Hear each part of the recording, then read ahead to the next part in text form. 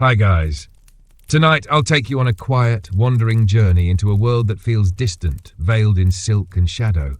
A world most of us will never touch, but one that has long stirred curiosity, the Ottoman Imperial Harem. In this story, we will slowly follow a single concubine through one imagined day of her life, and by watching her world unfold, we will glimpse the splendor, the fragility, the hopes and the fears that lived behind marble walls. This is not a tale of battles or emperors, though they hover like distant thunder. Instead, it is a soft portrait of routines, of hidden emotions, of the way morning light touched the latticework and how silence could weigh heavier than gold. The harem was both a place of confinement and of power, a house of dreams and a cage of velvet. Tonight we will linger in its corridors. It is dawn. The palace still rests under a hush, and the Bosphorus glimmers faintly outside the windows. Within the harem, silence is rarely complete. There is always the soft shuffle of slippers, the rustle of fabric, the echo of a fountain somewhere behind the walls. Our concubine wakes before the first call to prayer. She is young, many were, and though her body lies on a mattress spread with embroidered sheets, her mind is elsewhere. Perhaps she dreams of the village where she was born, a memory so distant it almost feels like it belongs to another life. Or perhaps she dreams forward, uncertain of what this new day will bring. Every day here can turn on a gesture, a glance, a word whispered in the right ear. But at this hour, in the pale breath of morning, she only feels the strangeness of being both safe and imprisoned. She rises. The chamber where she sleeps is shared with others. Girls stir slowly, reluctant to leave the warmth of sleep. There is the smell of incense, faint but lingering, as though the air itself has absorbed centuries of prayers. The harem is a city within walls, and though outsiders imagine it as only a place of idle beauty, it is also a machine of discipline. At dawn, women wash, braid their hair, fold their bedding. They whisper to each other in languages that cross continents, for the harem draws from far-off lands. Circassian, Georgian, Greek, Albanian, Russian. Our concubine's tongue is one among many, yet they all learn Ottoman Turkish in time, for language is power, and without it, a woman can vanish into the background, her voice unheard. The first rituals of the day are simple. A basin of water, the touch of coolness on the face, a cloth pressed gently over the eyes. She dresses in a shift of cotton, plain but clean, and wraps herself in a robe that holds no jewels. Those are for others, for higher ranks. Today, like most days, she wears only her quiet presence. Outside, the call to prayer lifts over the palace walls. She bows her head with the others, not just out of faith, but because such rituals are expected, observed, remembered. In the harem, someone is always watching. After prayers, the day begins in earnest. There is a careful order to life here, like a garden arranged so every path leads to the right bloom. Some women are tasked with cleaning, some with sewing, some with lessons. Education is a weapon sharpened quietly in these halls. Our concubine, still new, spends her mornings under instruction. She learns to read and write, for literacy is both rare and dangerous. She learns to sing softly, to play a melody on the ode, to embroider with delicate precision. The Valid Sultan, the Sultan's mother, expects the women of her household to embody grace, skill and refinement. Not all will rise to prominence, but everyone must be shaped into a jewel, polished to shine in the right setting. The classroom is dimly lit, its windows shaded by lattices that fracture the morning light into patterns across the floor. A teacher, stern but measured, oversees the girls. Our concubine listens, though her thoughts drift. Sometimes she wonders what her life would be if she were not here, married off in her village, perhaps tending goats, perhaps bearing children already. That life is gone, and yet it lingers in her like an ache. She repeats her lessons, tracing her letters slowly, the ink bleeding faintly into the paper. A wrong stroke earns correction, never cruelty, but never gentleness either. This is discipline in silk gloves. By mid-morning, the palace awakens fully. Servants cross the courtyards carrying trays of food. The smell of bread, of honey, of figs and warm milk drifts into the chambers. Meals are eaten in silence or in soft chatter, depending on the mood of the room. For our concubine, every bite is a reminder. She is nourished better here than she ever was at home, yet she has traded freedom for plenty. Around her, laughter bubbles from some of the girls who have made friendships, alliances, perhaps even small conspiracies of comfort. She listens, sometimes joining, sometimes retreating into her own thoughts. After breakfast, the rhythms change. Some women are summoned for service to higher-ranking ladies, the Sultan's favourites, the Valid Sultan, the princesses. Others attend further lessons, poetry, music, the art of conversation. Our concubine remains in the shadows, still untested, still unnoticed by the Sultan. Yet in the harem, invisibility is not always a curse. The higher one rises, the more dangerous the games become. For now, she watches, learns, gathers fragments of knowledge. She studies the way others bow, the way they walk, the way they fold their hands. Every gesture is a language, and every mistake can echo louder than a scream. In the gardens of the harem, she walks when allowed, under the gaze of eunuchs who guard the gates. The eunuchs are both protectors and wardens, men made less than men, entrusted with the safety of the women, yet also ensuring their captivity. Our concubine lowers her eyes when they pass. She bends to touch a rose, careful not to linger too long. The gardens are beautiful, manicured into perfection, yet even here she feels the invisible cage. The walls rise high, and beyond them lies a city she may never walk freely again. As noon approaches, the harem hums with preparation. Rumours whisper that the Sultan may stroll through the inner courts today, or that one of his favourites is ill, or that the Valid Sultan has demanded an audience with the tutors. Rumours are as much a currency here as jewels, and every ear strains to catch them. Our concubine, still low in rank, has little access to truth. She gathers scraps, piecing together fragments like embroidery threads that never quite form the full picture. Still, she listens, for listening is survival. By the time the midday call to prayer echoes, she feels the weight of the morning settle upon her. She kneels again with the others, repeating words that have been spoken for centuries, words that give structure to days that might otherwise blur. In her heart, there is a question she cannot voice. Is this life a path to glory, or a slow dissolving of the self into shadows? For now, she cannot know. All she has is the present, the fabric beneath her fingers, the echo of voices in the chamber, the faint scent of rosewater in the air. The day stretches before her still, and though she does not know it yet, each hour will carry her deeper into the labyrinth of the harem's rhythms. For now she breathes quietly, and the palace breathes with her. This is only the beginning.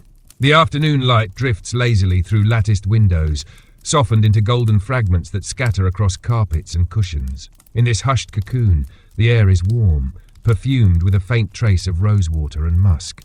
The harem has fully awakened now, and its many chambers hum with the quiet murmur of 100 different lives, each one unfolding behind closed doors, each woman bound by the same walls, yet travelling her own invisible path.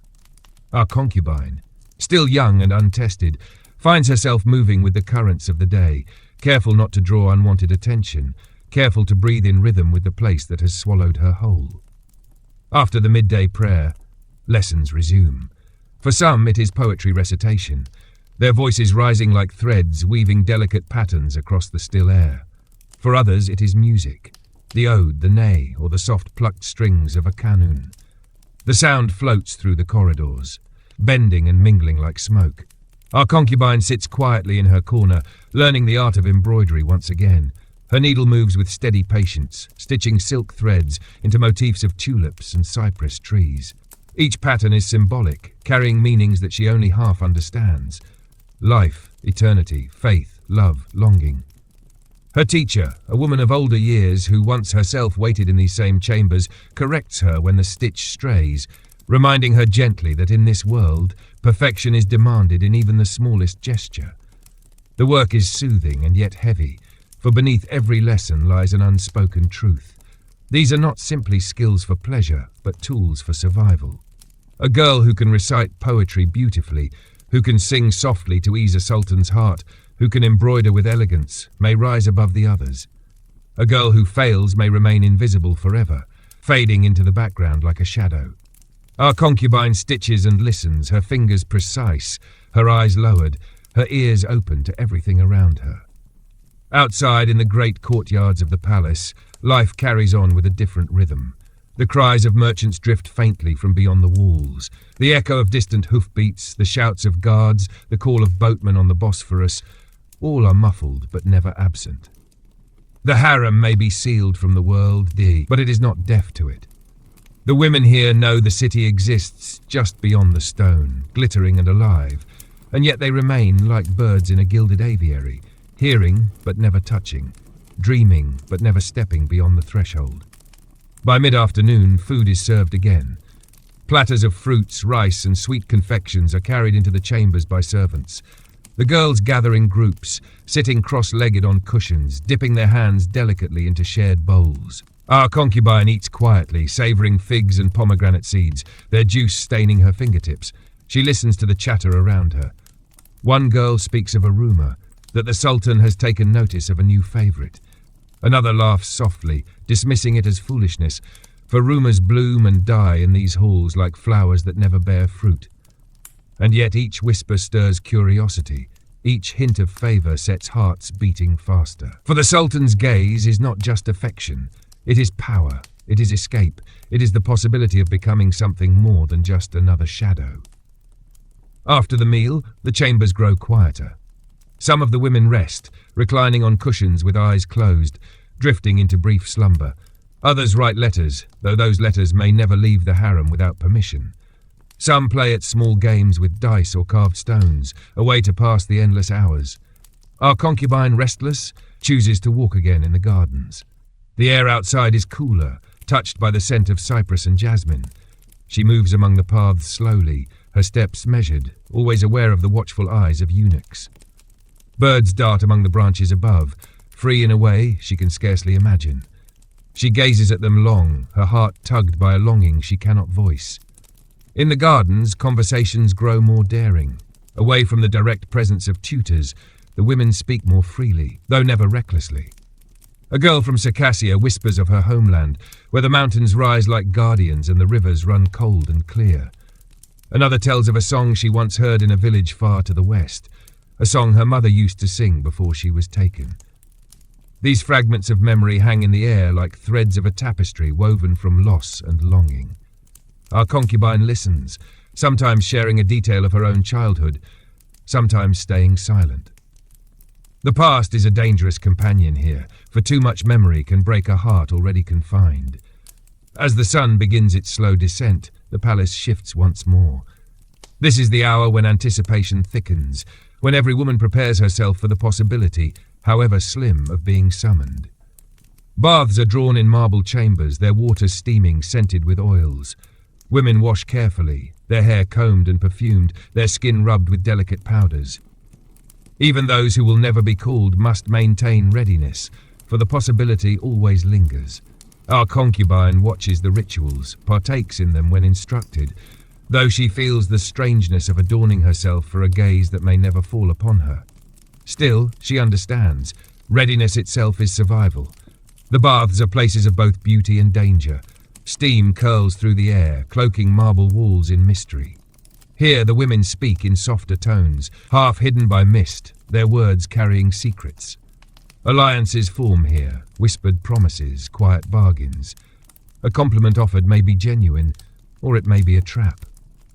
Our concubine says little, preferring to watch, to learn the dance of words and gestures. She knows that in the harem, survival is not only about beauty or skill, but also about understanding the currents of intrigue that flow unseen beneath the surface. When she returns to her chamber, the light has grown dim. Lamps are lit, casting golden glows on walls painted with delicate patterns. The call to prayer rises once more, echoing across the palace, folding the day into its next rhythm. Our concubine kneels again, her lips moving silently, her thoughts wandering. She prays not only for strength, but also for clarity, though she cannot name what she seeks clarity for. Is it the courage to endure or the courage to dream?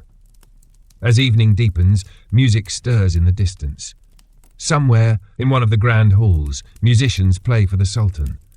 The notes drift faintly through corridors, carried by air, reaching even the secluded corners of the harem. The women fall quiet, listening.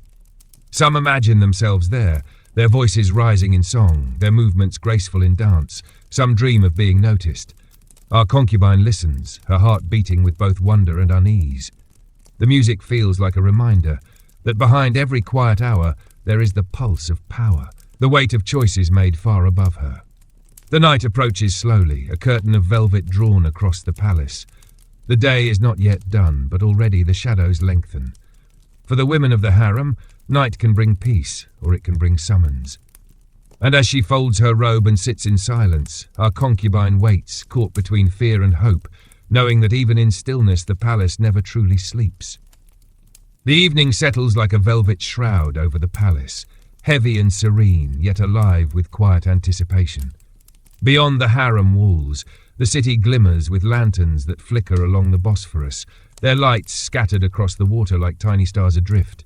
Within, the air grows cooler, filled with the faint crackle of oil lamps and the soft rustle of silks as women prepare for what may come. For some, it will be an ordinary night of rest. For others, the night might alter the course of their lives forever. And though our concubine has not yet been chosen, she feels the tremor of possibility as acutely as if it were her own. When the lamps are lit, the women move into a rhythm both ritual and routine. Some gather in small circles to sing softly, their voices weaving lullabies and old songs from homelands long left behind. The melodies blend into something fragile yet enduring, a reminder that even in captivity, memory breathes. Others embroider by lamplight, their needles glinting like fireflies, each stitch a quiet act of patience. Some polish their instruments, running fingers over strings with absent care, coaxing out faint notes that hover like whispers. The harem at night is a world half-dream, its sounds muted, its beauty suspended in stillness. Our concubine sits among them, her hands busy with thread, though her eyes wander. She watches the older women, those who have lived through years of this life, their faces composed, their expressions guarded. They smile when they must, laugh when it is safe, but their silence carries a weight that the younger girls cannot yet name. Some have borne children for the Sultan and been set aside, their fates sealed in quiet obscurity. Some have never been chosen at all, their youth slipping through their fingers like grains of sand. To live here is to exist in a delicate balance between hope and surrender. When the eunuchs pass through the chambers, all conversation softens, all laughter dims. The sound of their footsteps is sharp against the stone floors, a reminder that eyes are always present, that nothing in the harem goes unseen. They are guardians, jailers, messengers of fate. And tonight, as they move with their steady steps, the women glance at them with barely concealed tension. A eunuch may carry a summons, a name called softly that can unravel a life of waiting. Our concubine lowers her gaze when they pass, her pulse quickening, though she knows it will not be her name tonight.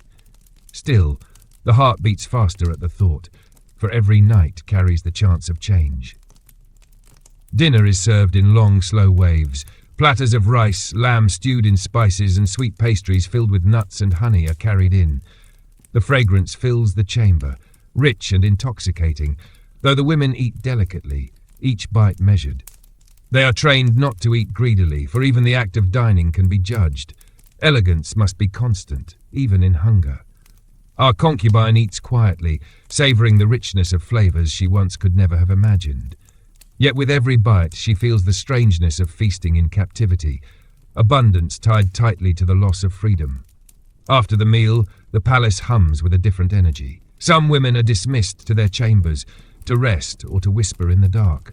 Others remain in readiness, their hair freshly oiled, their garments of silk brushed smooth, their faces painted with subtle grace.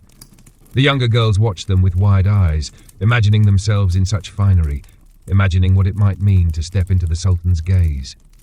Our concubine, still low in rank, returns to her chamber with the others, though she does not yet sleep. Instead, she lies on her cushion, staring at the patterned ceiling, listening to the faint music that floats through the palace halls. The music is delicate, almost mournful, played by musicians hidden from sight but not from hearing. The sound of the ney, a flute of breath and sorrow, threads through the air, weaving itself into the silence of the night. It fills her chest with a longing she cannot name, a yearning not only for freedom, but for something greater. Something beyond the walls of marble and silence. Perhaps it is love she yearns for, though she has never known it. Perhaps it is simply life itself, unmeasured, untamed, unfolding on its own terms. She closes her eyes, letting the notes carry her to imagined places, a field of tall grass swaying in wind, the laughter of children, the open sky. In another part of the harem, women gather in the baths once more. Steam rises, carrying voices and secrets. Laughter here is sharper, more deliberate, often edged with rivalry disguised as playfulness. Stories are exchanged, though never too openly, for trust is a rare and fragile coin in this world. Every friendship is shadowed by the possibility of betrayal, every whisper weighed for what it might reveal. Our concubine does not join them tonight. Instead, she chooses solitude. Her chamber is dim, lit only by a single oil lamp, its flame small but steady. She braids her hair slowly, her fingers moving without thought, and in the silence she allows herself to breathe deeply, to feel the heaviness lift for a moment. Outside, the Sultan's quarters blaze with light. Lamps glow across the courtyards, casting long shadows. The harem feels this energy like a ripple, for when the Sultan wakes, the palace does not sleep. Some concubines are summoned for music, others for companionship, a few perhaps for intimacy. For those chosen, the night may bring favour, or it may bring little more than a fleeting moment soon forgotten. For those not chosen, the night is only another stone in the endless wall of days. Our concubine lies awake longer than the others. Around her, soft breathing fills the chamber as the women slip into dreams, their faces relaxed in the faint glow of the lamp. She turns on her side, staring at the outline of the door. She knows that beyond it lies an entire world she cannot touch. The thought presses on her chest, yet she does not despair. She is learning that in this place, patience is as valuable as beauty, that endurance itself is a weapon. Tonight, she dreams not of being chosen, but of watching, waiting, becoming something more than she seems. The night is long, and she lets it wash over her like a tide, carrying her toward the uncertain dawn. The first light of dawn seeps gently into the harem, pale and cool, filtering through latticed screens that break the sunlight into slender beams across polished marble floors. The palace stirs slowly, as though reluctant to abandon the comfort of the night. In the chambers where the concubines sleep, there is a soft murmur of movement, the faint rustle of sheets, the sigh of cushions giving way, the shuffling of bare feet against rugs. For most, another day begins much as the last, bound by rhythm and ritual. Yet each morning holds a whisper of uncertainty, for here nothing is ever entirely secure, and everything can change in an instant. Our concubine opens her eyes, still heavy with sleep. She lies for a moment, listening to the quiet harmony of the room, the hushed voices of girls waking, the gentle crackle of the oil lamp burning low, the echo of water being poured into brass basins. Rising slowly, she stretches, then folds her bedding with careful precision. Every act in the harem is watched, weighed, remembered, and even the smallest detail matters. A girl careless with her belongings might one day be careless with her words. A girl slow to rise might one day be judged unfit for the Sultan's notice. And so she moves with intent, though her body is still tender with weariness. The morning wash is simple, yet ritualized. Cool water is splashed across her face, a cloth pressed gently against her skin, until the sleep is washed away. Her hair, long and dark, is combed carefully, oiled lightly so it shines in the morning light. She dresses in soft cotton garments, plain yet neat, a robe drawn over her shoulders. The richer silks and brocades are reserved for women of rank or for those summoned to the Sultan's presence. For the rest, modesty and order suffice. Still, there is grace in every thread, for even the simplest garments here are crafted with care. The call to prayer rises, drifting across the palace, echoing from domes and minarets. The women kneel together, their voices subdued, their devotion blending into a chorus of whispers. For some, the prayer is an anchor, binding them to faith amid uncertainty. For others, it is simply a duty, another gesture among many required by life in this place. Our concubine bows her head, her lips moving silently. She does not think of freedom as she prays, nor of the Sultan's gaze. She thinks only of the moment, the coolness of the marble beneath her knees, the sound of voices around her, the thin warmth of morning light against her skin. When prayers end, the day divides into its many strands. Tutors appear, guiding the younger concubines into their lessons. Eunuchs move quietly through the corridors, delivering instructions, overseeing order. Servants carry trays of food into the chambers, the scent of fresh bread mingling with honey, milk, and olives. Breakfast is taken in small groups, the women seated close together, their words hushed but flowing. Our concubine eats sparingly, savouring each bite. She listens more than she speaks, for listening is her refuge, her way of gathering knowledge in a place where every word is a coin of value. After the meal, she joins her companions in the classrooms once more. Today, it is music that fills the air. The girls sit with instruments, some cradling odes in their laps, others plucking the strings of kanungs, others blowing softly into ney flutes.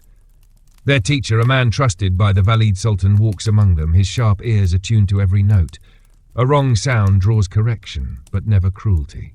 Music here is not only art, but discipline, a way to mould the soul into harmony. Our concubine, with her oud resting against her, plucks the strings with steady hands. The melody she learns is slow, a lament that drifts like smoke through the chamber.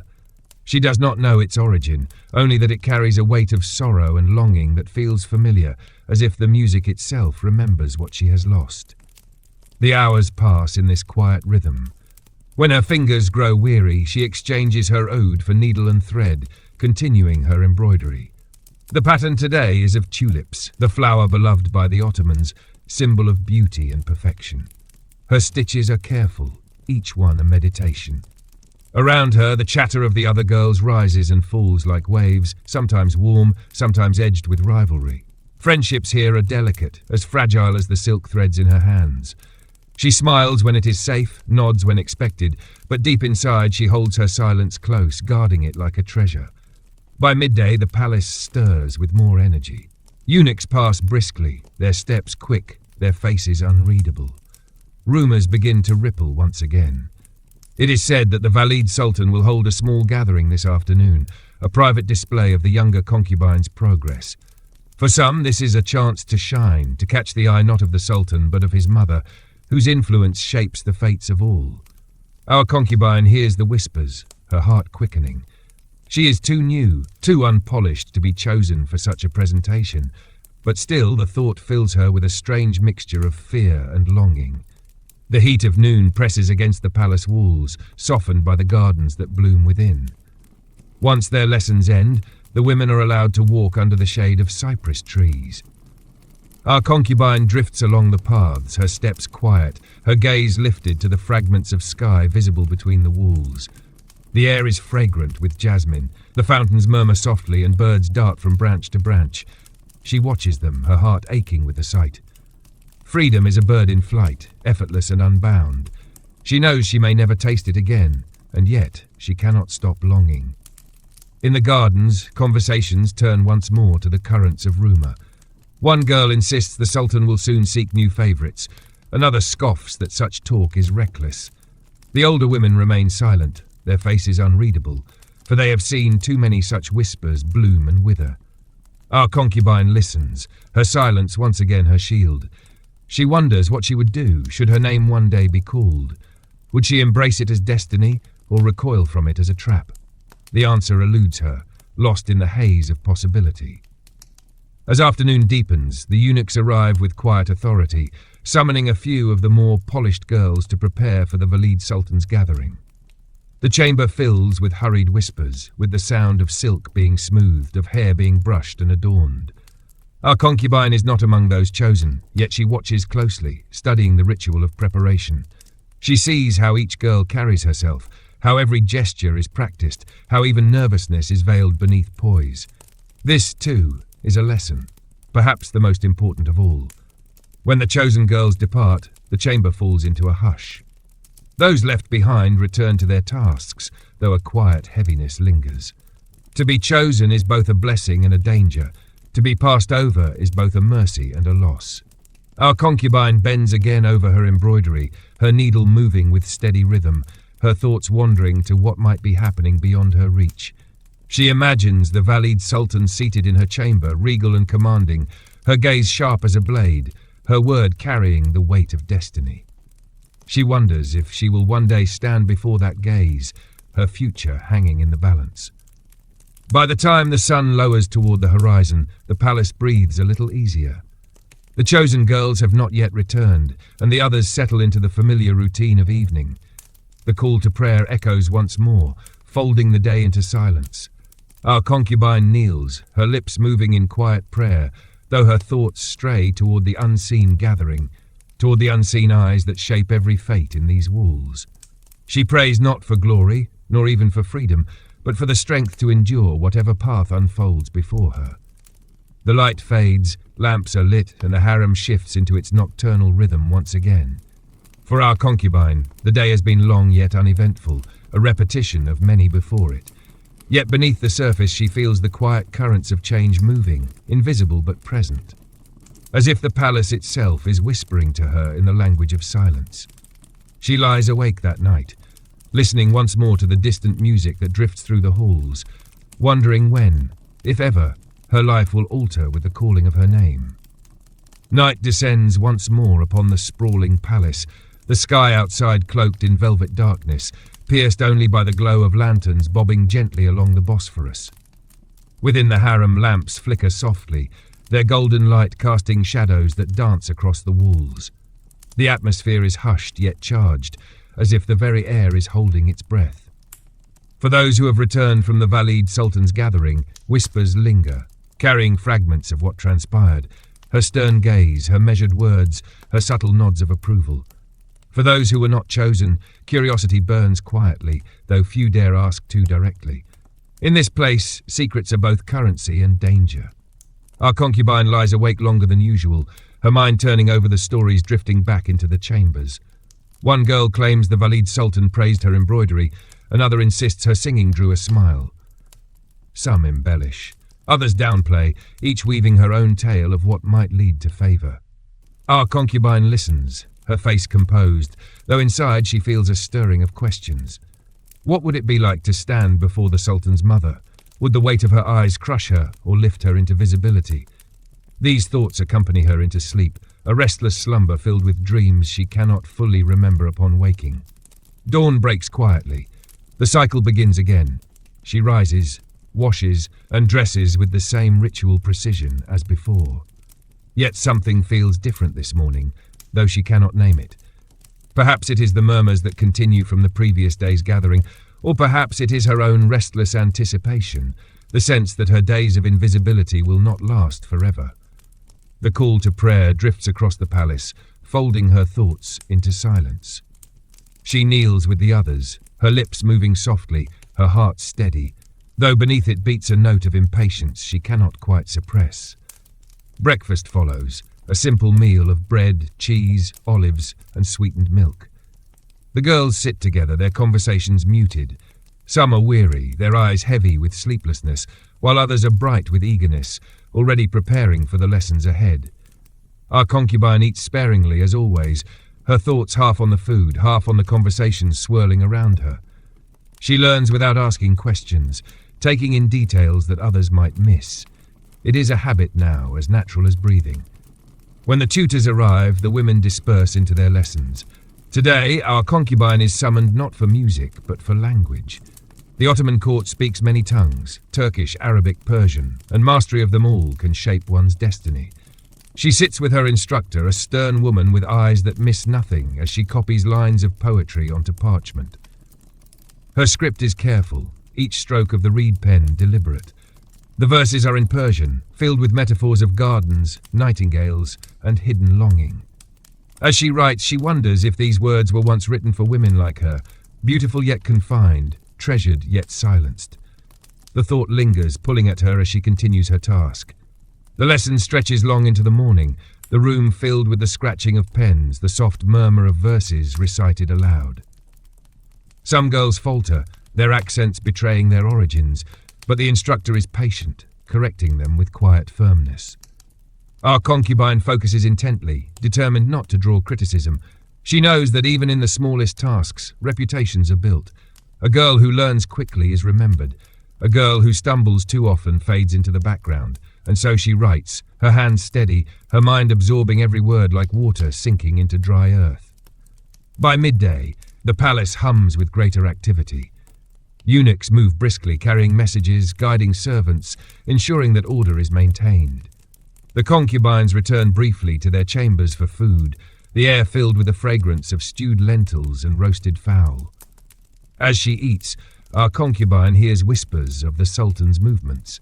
It is said he visited the gardens last night under the stars, accompanied by musicians.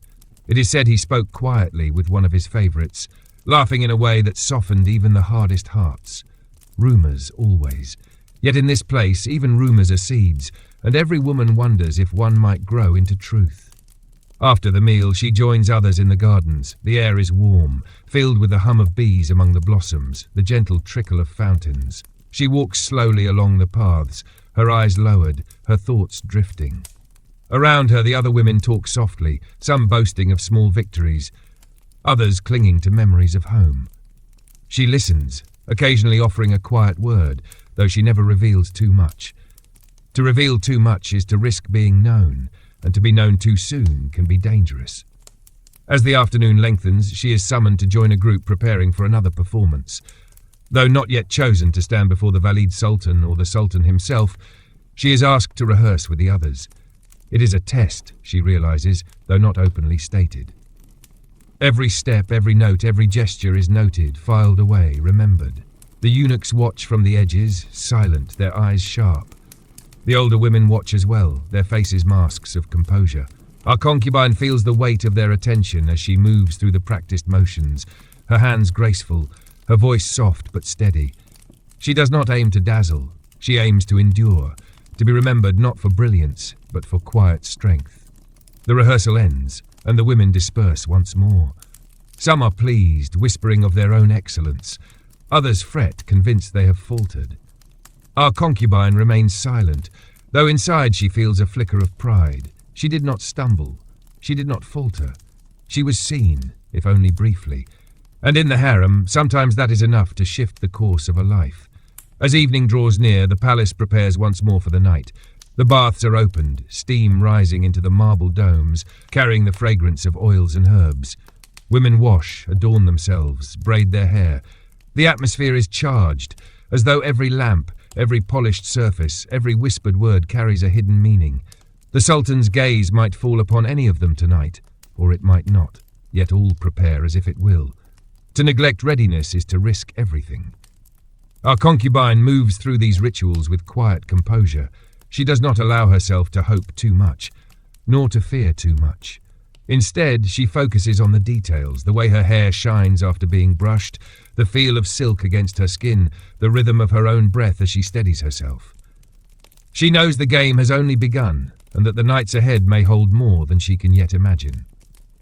When the lamps are lit and the music begins again in the distance, she lies awake, listening. Her heart beats not with impatience now, but with resolve. She has survived another day, another turn of the endless cycle, and deep inside she begins to sense that survival itself is shaping her, preparing her for a moment that has not yet come, but surely will. The night has faded into pale dawn, and the harem wakes with the rhythm of another day. The air is cool, touched by the faint scent of roses drifting in from the gardens, and the first light breaks through latticed windows, casting long golden patterns across marble floors. The silence is broken only by the quiet splash of water in basins, the whisper of fabrics being folded, and the murmured greetings of sleepy voices. For the women who live here, each morning begins alike, yet beneath the surface of routine lies the shifting current of fate, unseen, unpredictable, and often cruel. Our concubine wakes slowly, her dreams still clinging to her like threads of fog. She cannot quite remember them, only impressions of distant landscapes, of rivers that ran cold, of a sky wide and endless. These fragments haunt her, for they remind her of what lies beyond the palace walls, a life she may never reclaim. She sits up, smoothing her bedding with care, then washes her face with the cool water set beside her. The ritual steadies her, preparing her for another day within these gilded confines. She dresses in her simple cotton robe, pulling it close against the morning chill. When the call to prayer rises, she joins the others, kneeling on the polished floor, her lips moving softly in devotion. The sound of 100 murmured prayers fills the chamber, blending into a low hum that seems to vibrate through the air itself. She bows deeply, her forehead against the cool marble, and in that moment of stillness, she feels the weight of the harem pressing in on her. The walls may be beautiful, carved and painted with intricate patterns, but they remain walls all the same. After prayers, breakfast arrives. Bread warm from the ovens, honey glistening in shallow dishes, bowls of figs and olives, pitchers of milk still warm. The women gather in small circles, sharing the food in silence or with soft words. Some laugh gently, their eyes bright, weaving small comforts out of companionship. Others remain quiet, lost in thought. Our concubine eats sparingly, savouring the sweetness of the honey, though her attention lingers more on the murmurs around her than on the food. Each word, each gesture is a fragment of knowledge, and she gathers them carefully, piece by piece, like stones for an unseen foundation. Lessons begin soon after. Today, she finds herself seated once more before her tutor, the stern woman whose eyes reveal neither kindness nor cruelty, only an unwavering demand for precision. The subject is history. Tales of sultans and empires, of conquests and treaties, of rulers whose names carved themselves into the memory of the world. The tutor speaks of Suleiman the Magnificent, of his wisdom and his laws, of his beloved Hurrem Sultan, who rose from concubine to queen. The story lingers in the air like a spark, for it is a reminder that power can emerge from even the most hidden corners of the harem. Our concubine listens intently. She has heard fragments of this story before, whispered among the girls when they dare to dream of what might be. But to hear it spoken as history, as truth, is different. It awakens something within her, a dangerous flicker of hope, but also a quiet strength. If Hurrem could rise, if others could shape the course of empires from within these same walls, then perhaps there is more to this life than waiting in silence. She writes carefully in her notes, her hands steady, her mind racing beneath the calm surface. The hours pass in this manner, and by midday the lessons end. The palace hums with activity again, servants moving swiftly through corridors, eunuchs delivering orders, trays of food carried toward the higher chambers. The concubines retreat to the gardens, the air heavy with the scent of blooming jasmine, the fountains glittering in the sunlight. Here the women loosen their composure slightly, though never fully. Laughter drifts among the trees, mingling with the rustle of skirts, the flutter of birds overhead. Our concubine walks the shaded paths quietly, her hands folded in front of her, her eyes lifted to the sky beyond the high walls. She wonders what lies on the other side, the bustle of the markets, the cries of boatmen, the rhythm of a city alive with voices she cannot hear. Around her, others speak more openly. One girl recalls the river in her homeland, another sings softly in her native tongue, her voice trembling with memory. The past lives here, hidden in every heart, though spoken of only in fragments.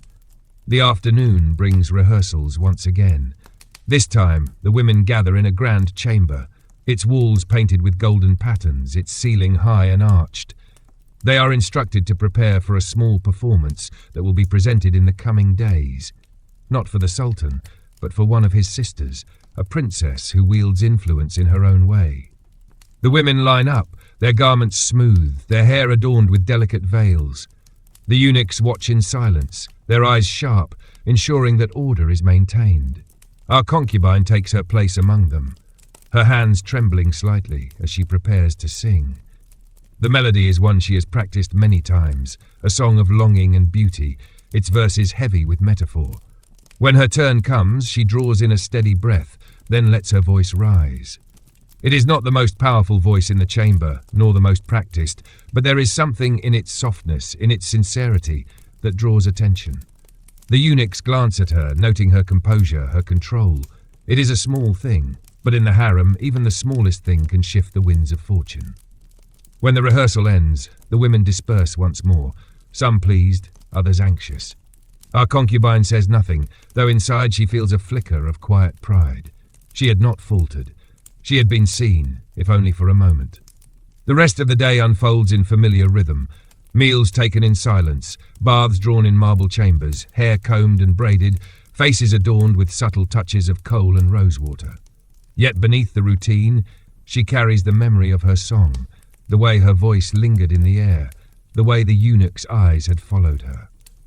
As evening falls, the lamps are lit, and music drifts once more through the corridors of the palace. The Sultan is awake, and the harem holds its breath. Some women are summoned, their names spoken softly by eunuchs at the door, and they vanish into the deeper chambers of the palace. Others wait in silence, their anticipation hidden behind composed faces. Our concubine waits as well, her heart steady, her hands folded in her lap. Her name is not called tonight, but she does not despair. She knows the palace remembers, even when it seems to forget. She lies awake long into the night, the sound of the neigh carrying through the walls like a breath of sorrow. She closes her eyes and lets it sink into her, not as sadness, but as resolve. Each day is another step in a path she cannot yet see, and she knows now that her survival, her patience, and her silence are shaping her into something stronger. The night wraps around her like a cloak, and though the world beyond the walls feels impossibly far, she dreams not of escape, but of endurance, of waiting for the moment when endurance itself will become power. The morning begins with an unusual quietness, as though the very air of the harem has thickened, heavy with expectation. The lamps are dimmed, the marble floors cool under bare feet, and even the fountains in the gardens seem to murmur more softly than usual. Something is different today, though no one dares to say it aloud. The concubines move carefully, their gestures precise, their voices hushed. A rumour has spread through the chambers like smoke, faint yet pervasive. The Sultan himself may pass through the women's quarters before nightfall. Our concubine wakes to this hum of tension, her heart beating faster, though she does not yet know why. She folds her bedding neatly, washes her face, and dresses in her cotton robe as she always does. Yet every movement feels sharper, more deliberate, as if each gesture might matter in ways it never did before. When the call to prayer drifts through the palace, she kneels with the others, her lips moving silently, her forehead pressed to the floor. Her prayer is not for fortune, nor even for favour. It is for steadiness, for the ability to stand still in the midst of uncertainty. Breakfast arrives with its familiar offerings, bread, olives, milk, honey, but the women eat more quietly than usual. The chatter that normally fills the chamber is replaced by subdued murmurs, by glances exchanged quickly, by silences that seem louder than words. Some of the older women keep their eyes lowered, their expressions unreadable. They have seen this before, perhaps many times. They know that when the Sultan's presence nears, the air itself changes, heavy with invisible currents. For the younger girls, excitement flickers beneath their composure. For our concubine, it is something else. Not excitement, not fear, but a strange clarity, as though the day has been sharpened into focus. Lessons continue as always. The tutors arrive, their voices steady, guiding the women through recitations, through music, through the endless practice of grace. Yet even the tutors seem aware of the tension. They glance toward the doors more often than usual, their corrections shorter, their patience thinner. Our concubine practices her embroidery in silence, her stitches careful, her hands steady, though her mind is elsewhere. She wonders what it would mean to be seen, not merely observed in passing, but truly noticed. Would it be liberation, or another kind of binding? She cannot know, and so she pushes the thought aside, returning to the rhythm of her needle. By midday, the palace hums with activity. Servants hurry through the corridors, carrying trays of food, vessels of water, bolts of silk. Eunuchs move more briskly, their steps echoing sharply against the stone, their eyes harder to read than ever. The concubines are ordered to prepare for inspection, though it is not said aloud who will be inspecting them. The air grows thick with the scent of rosewater and oils as the women bathe, their hair combed until it gleams, their garments chosen with care. Even those who will never be called must shine, for in the harem, appearances are never only appearances. They are the first language of survival. Our concubine submits to the ritual. She bathes in warm water that glistens with floating petals, her skin rubbed with perfumed oils until it glows softly under the lamplight. Her hair is braided into long, sleek strands, her robe replaced with one of finer cotton, pale in colour, modest yet elegant. Kohl is drawn lightly around her eyes, rose tint brushed across her lips. When she gazes into the polished brass mirror, she scarcely recognizes herself, not because she looks different, but because she sees how little she belongs to herself. Every detail is shaped by expectation, by the unseen gaze of power. She lowers her eyes, unwilling to linger. In the afternoon, the concubines gather in the great chamber, their garments rustling softly as they move into place. The room is grand, its ceiling high, its walls adorned with intricate patterns of gold and blue. The light filters through latticed windows, casting a pattern of shadows across the floor. The women stand in silence, their hands folded, their eyes lowered, waiting. Time stretches, thick and heavy. Whispers flutter like moths, quickly silenced by the sharp glance of a eunuch. Our concubine stands among them, her heart steady but quickening. She does not allow herself to fidget, to shift her weight, to reveal anything of the turmoil within. She has learned to be still, to let silence shield her. Yet inside, her thoughts churn. Will the Sultan truly come? And if he does, will she be invisible among so many, or will his gaze catch hers, binding her fate in an instant? When the doors finally open, the room breathes as one. The eunuchs step aside, and though it is not the Sultan who enters, the presence that fills the chamber is nearly as heavy. It is the Valid Sultan, the Sultan's mother, her figure regal, her eyes sharp as glass. She moves slowly, her attendants trailing behind her, her every step measured. The women bow low, their foreheads nearly touching the floor. Our concubine follows suit, her body bending, her heart thudding in her chest. The Valid Sultan's gaze sweeps across the room, and the silence deepens. She pauses occasionally, her eyes resting on one girl or another, her expression unreadable. To be noticed is both blessing and danger. A nod might raise a girl higher, a frown might end her chances forever. The air is so tense it seems to crackle. Our concubine keeps her eyes lowered, though she feels the weight of the woman's presence as if it presses against her skin. She wonders, briefly, if those eyes linger on her, but she does not dare look to know. The inspection ends as suddenly as it began. The Valid Sultan leaves with the same calm authority, her attendants gathering around her, the eunuchs ushering her path clear. The women remain bowed until she is gone, then rise slowly, their faces composed though their hearts beat wildly. Some whisper softly to each other, their voices trembling with relief or anxiety. Others remain silent, unwilling to betray their thoughts. Our concubine exhales, a breath she did not realize she was holding. She returns to her chamber with the others, her body weary from the stillness, her mind restless with questions. She lies on her cushion that night, listening once more to the distant strains of music drifting through the palace, and though she has not been chosen, though nothing has changed outwardly, she feels a shift deep within her. The palace has seen her. Perhaps not the Sultan, perhaps not even the Valid Sultan, but the walls themselves have taken note, and in this place, that alone can be the beginning of everything. The dawn breaks with a muted light, softer than usual, as if the sky itself is hesitant to reveal the day.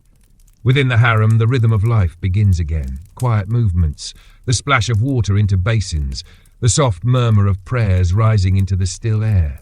Yet beneath the familiar cycle lies an unspoken tension. The memory of the Valid Sultan's presence lingers in every corner, her gaze still echoing through the chambers. The women move with more care, their steps measured, their voices subdued. They know that when the Sultan's mother takes notice, change often follows, though it may come slowly, silently, without warning. Our concubine wakes to this atmosphere of caution. She stretches, folds her bedding with precision, and washes her face with cool water that chills her skin into alertness. As she braids her hair, she recalls the way the Valid Sultan's eyes had passed across the chamber. Did they linger on her, even for a moment? She cannot know, yet the question gnaws at her like a hidden thorn. To be unseen is to fade, to be seen is to risk being tested. Both are dangerous, yet both are inevitable.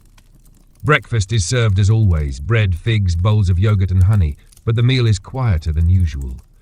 The girls steal glances at one another, each wondering who might have caught the Valid Sultan's interest. Some whisper softly, voices quick with speculation. Others remain silent, masking their thoughts behind composure. Our concubine eats little, her mind not on the food, but on the fragments of conversation drifting around her. She gathers these whispers as one might gather scattered pearls, stringing them into threads of meaning. Some say the Valid Sultan is preparing to select new attendants for her private service. Others claim the Sultan himself has asked to be entertained with music in the coming nights. None of it is certain, yet all of it matters. Lessons begin shortly after. Today, the focus is on refinement of movement, how to walk with grace, how to bow with dignity, how to pour tea with elegance that seems effortless. These lessons are not frivolous. Every detail is watched, every gesture remembered. A girl who stumbles in her walk may stumble in the eyes of the Sultan. A girl who pours tea clumsily may never be trusted with greater responsibilities. Our concubine practices each motion carefully, her eyes lowered, her body steady, her hands graceful. She imagines that she is not merely walking across a chamber, but stepping across a stage where every eye is upon her. The thought steadies her, shapes her movements, until she feels herself becoming part of the rhythm of grace the tutors demand. The morning passes slowly. By midday, the palace hums with renewed activity. Eunuchs pass through the corridors with sharper efficiency, their faces more guarded than usual. Servants carry trays of fruit and water, fabrics for sewing, instruments for rehearsal. The harem feels alive, almost restless, as if the very walls anticipate something.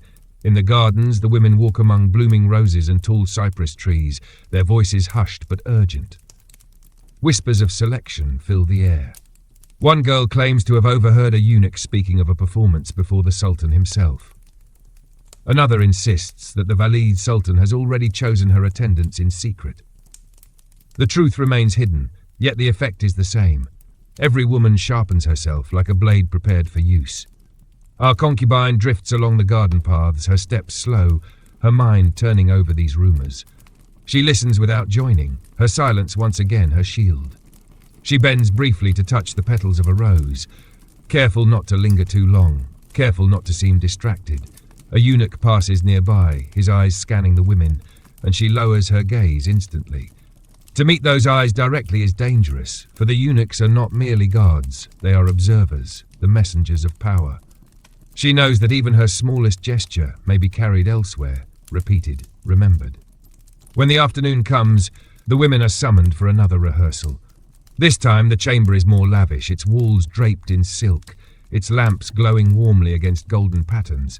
The women line up, their garments neat, their hair braided, their faces adorned with subtle touches of colour. They are instructed to sing, to dance, to recite verses. The air is filled with the sound of soft music, the shimmer of movement, the rhythm of words woven into air. Our concubine waits her turn, her heart steady, her breath measured. When she is called, she steps forward gracefully, bowing slightly before beginning her recitation. The verses are in Persian, heavy with metaphor, each word chosen for beauty and depth. Her voice is soft but clear, each syllable pronounced with care. She does not aim to dazzle, she aims to remain steady, to let the words flow like water over stone. When she finishes, there is silence for a brief moment, then a nod from the instructor. No praise, no smile, only acknowledgement. Yet in this world, acknowledgement itself is a seed. The rehearsal continues until the lamps burn brighter, until the women are weary from performance. When it ends, they disperse once more, some whispering of triumph, others brooding over mistakes. Our concubine returns to her chamber, her body tired but her mind restless. She replays the verses in her head, the way the syllables rolled on her tongue, the way her voice lingered in the stillness of the chamber. She wonders if anyone beyond her tutor noticed. She wonders if perhaps her presence was filed quietly into memory by someone whose gaze she did not see. The evening meal is taken in silence, the women seated close together, their faces calm, their eyes betraying the weight of their thoughts. Afterward, the baths are opened, steam rising into domed ceilings, carrying with it the fragrance of oils and herbs. The women bathe, their hair combed, their skin polished, their garments changed once more. Each night they prepare as if the Sultan's gaze might fall upon them, though it may never come. Yet preparation itself is a command, and obedience to it is survival. When night falls, the palace breathes into its nocturnal rhythm. Music stirs faintly in the distance, the soft notes of the ode, the mournful sigh of the ney. The women wait in their chambers, poised, their names unspoken, but their hearts beating faster with every passing moment. Eunuchs move through the corridors with measured steps, sometimes pausing, sometimes passing, their voices low as they deliver summons. Our concubine waits as well, her hands folded in her lap, her eyes lowered, her breath calm. Her name is not spoken tonight. She lies awake, listening to the faint music that drifts through the palace, her thoughts circling the same question. What does it mean to be chosen? Is it the beginning of power or the end of freedom? She does not know, but she knows that the walls have seen her, that her voice has been heard, and that in this place, even the smallest acknowledgement can alter the course of destiny. The night passes with restless dreams, and when morning arrives, the harem feels unsettled, as though every wall holds a secret it refuses to share. The women rise from their cushions, folding their bedding with careful precision, their movements slower than usual, their silence deeper. The air carries the faint smell of incense, lingering from the lamps burned throughout the night, mingling with the sharper freshness of the dawn air drifting through latticed windows. It is a morning like many before, yet beneath its surface lies a current of anticipation that no one dares to name. Our concubine wakes with a heaviness in her chest, as though her dreams have left a residue of unease. She cannot remember them clearly, only shadows of voices, fragments of faces, the impression of being watched. She washes her face with cool water, the chill pulling her back into wakefulness, then braids her hair with steady hands. The routine steadies her, binds her to something familiar, even as the day feels like it is already slipping beyond her control. The call to prayer rises, drifting over domes and courtyards, seeping into the chambers of the harem. She kneels with the others, her lips moving softly, her forehead touching the marble floor. In that moment of devotion, she feels her heart settle, even if only briefly. Around her, the women murmur the same words, their voices blending into a low hum. For some, faith is solace. For others, it is obligation. For her, it is a thread of clarity in a place where so much is hidden. Breakfast is served in silence, bread warm from the ovens, figs sliced neatly, bowls of olives, honey glistening like amber in shallow dishes. The women eat in small groups, some whispering softly, others lost in thought. The atmosphere is heavy, the air thick with unspoken speculation. Some say the Sultan will host a private evening of music. Others claim the Valided Sultan has begun selecting attendants for her inner circle. The truth is not known, but in the harem, uncertainty is enough to turn the smallest rumour into a force that bends every thought, every gesture. After the meal, lessons resume. Today, the focus is on poetry and rhetoric, skills not only of beauty but of influence. The tutor speaks of how words can persuade, soothe, or ignite. The concubines recite verses aloud, their voices trembling or steady, their accents betraying their origins. Our concubine listens closely, her turn approaching, her hands folded neatly in her lap. When her name is called, she rises, her voice soft but clear, reciting lines of Persian poetry that speak of gardens and the fleeting nature of life. She does not rush. She lets the words linger in the air, each syllable carrying a weight that is more than its sound. When she finishes, there is a brief silence before the tutor nods. It is not praise, but it is acknowledgement. She lowers her eyes and sits again, her pulse steady, her face calm. Inside, however, she feels a flicker of something warmer, perhaps not pride, but a quiet assurance that she has not gone unnoticed. As the morning fades into afternoon, the palace grows louder. Eunuchs move briskly through the halls, their steps echoing against stone floors, their voices clipped and sharp. Servants carry trays of food and water, fabrics and instruments. The harem stirs with preparation, though for what, none are told directly. In the gardens, the women walk slowly among the fountains and cypress trees, their conversations muted but urgent. Whispers flow like water. Tonight, perhaps, there will be an audience with the Sultan himself. Some laugh nervously, dismissing it. Others lower their voices, speaking of it as though naming it too openly might shatter its possibility. Our concubine listens but does not join. She walks the garden paths quietly, her eyes following the birds that dart above the walls. She wonders what freedom feels like in flight, untethered, unmeasured, beyond the reach of rumour or power. Yet even as she dreams of it, she knows that her path is bound to these walls, to these chambers, to this life that is both prison and stage. By late afternoon, the women are summoned for rehearsal once again. This time the chamber is larger, more elaborate, its walls lined with silks, its ceiling glittering with painted stars. The atmosphere is sharper, the expectations higher. They are instructed to prepare as though the Sultan himself might listen, though no confirmation is given. Music fills the air, soft notes of the oud, the slow sigh of the ney.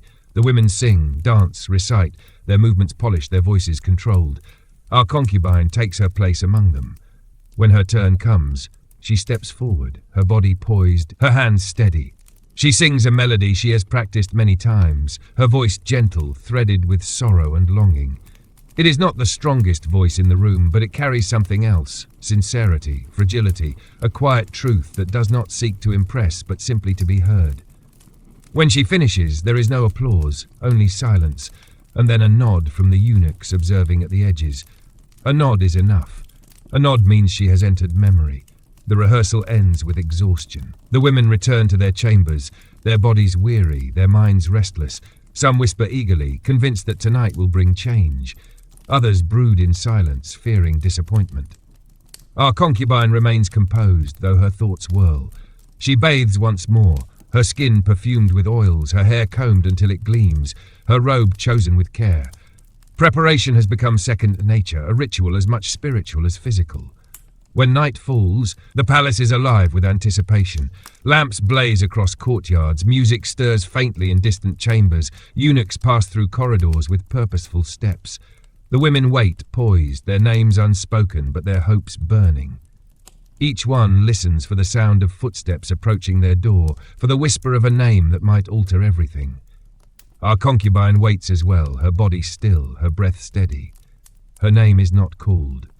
Yet she does not despair. She lies awake, listening to the music that drifts through the night, feeling the weight of the silence around her. She knows she has been seen, if only slightly, and in the harem, the smallest recognition can be the beginning of fate. Tonight, she remains a shadow. But shadows can grow longer when the light begins to shift. The palace awakens slowly, the morning light pale and hesitant as it filters through latticed windows and falls in soft, fractured patterns across marble floors. The air is cool, touched with the faint scent of incense burned the night before, mingled with the freshness of dawn. Within the harem, the familiar rhythm resumes, footsteps quiet against woven carpets, the soft rustle of fabric, the muted voices of women rising from their cushions. Yet today, beneath the routines, there is an undercurrent of something sharper, something expectant. The whispers of last night linger still, as though the walls themselves carry them. Our concubine wakes early, her body weary, but her mind restless. She rises slowly, folding her bedding with careful precision, washing her face with water so cold it shocks her into alertness. As she braids her hair, she remembers the look of the chamber where she sang yesterday, the weight of silence that followed her voice, the nod from the eunuch. It was a small moment, fleeting and fragile, yet she knows it may have been the first step on a path she cannot yet see. The thought fills her with both unease and strength. The call to prayer drifts across the palace, a soft echo that carries through domes and courtyards, reaching even into the deepest chambers. She kneels with the others, her forehead pressed against cool marble, her lips moving silently. Around her, the murmured devotion of 100 women blends into one low hum. For her, the prayer is a steadying force, a moment of clarity in a world where so much is uncertain. She prays not for favor, not even for freedom, but for endurance, for the strength to remain still until the right moment arrives. Breakfast follows, bread fresh from the ovens, honey glistening in shallow bowls, dates arranged neatly on brass trays. The women gather in small groups, their voices hushed, their gestures subdued. Some speak of the Sultan, others of the Valid Sultan, their words speculative and cautious. The air is thick with rumour, that the Sultan has ordered a private performance, that the Valid Sultan is preparing to test the younger girls, that new attendants will be chosen soon. No one knows the truth, but every whisper shapes the atmosphere, turning even the smallest gesture into something weighted with meaning. Lessons begin with the tutors arriving promptly. Today the focus is on music and recitation. The chamber fills with the soft sound of ouds being tuned, of voices warming into song. The women practice melodies, some delicate, some bold, their voices rising and falling like waves against the silence. Our concubine takes her turn with quiet confidence, her voice soft yet steady, carrying a melancholy sweetness that draws attention without demanding it. The tutor offers no praise, only a curt nod. But in this world, even a nod is a mark of survival. The hours pass slowly. By midday, the palace hums with greater intensity. Eunuchs move swiftly through the corridors, their steps quick, their expressions harder to read. Servants carry trays of fruit, pitchers of water, bolts of silk, as if the palace itself is preparing for something unseen. In the gardens, the concubines walk beneath cypress trees and blooming roses, their conversations hushed but urgent. Some laugh nervously, hiding their anxiety behind smiles. Others pace silently, their faces tense.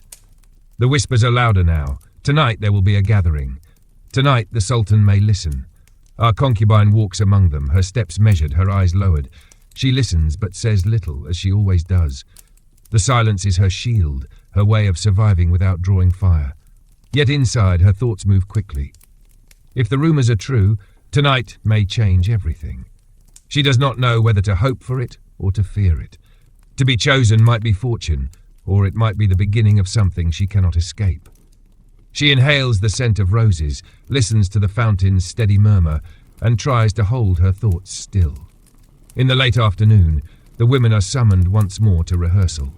The chamber is grander than before, its walls lined with silk, its lamps burning brighter though the sun still shines outside. The atmosphere is tense, every gesture weighed with significance. The women sing, dance, recite, their movements careful, their voices trembling or steady depending on their composure. Eunuchs stand at the edges, silent, their eyes sharp.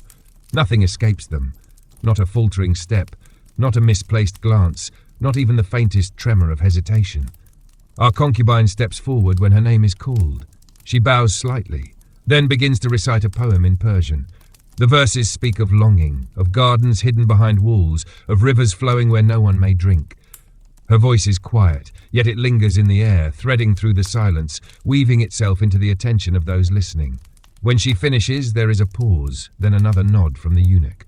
No words, no praise, only acknowledgement. She lowers her gaze, returning to her place, her heart steady but her pulse quick. She knows the silence itself may be enough. The rehearsal ends, and the women return to their chambers to prepare for evening. The baths are filled with steam, their domes echoing with soft voices, the scent of oils rising into the air. The women wash carefully, their hair combed and perfumed, their robes chosen with precision. Some choose silks of pale colours, others deep jewel tones. Each adorns herself as though she may be seen tonight, for to be unprepared is unthinkable. Our concubine bathes quietly, her movements steady, her robe chosen in modest hues. She does not seek to dazzle, she seeks only to endure. As night falls, the palace shifts into its nocturnal rhythm. Lamps glow across courtyards, musicians begin their songs in distant chambers, eunuchs move with purpose through the halls.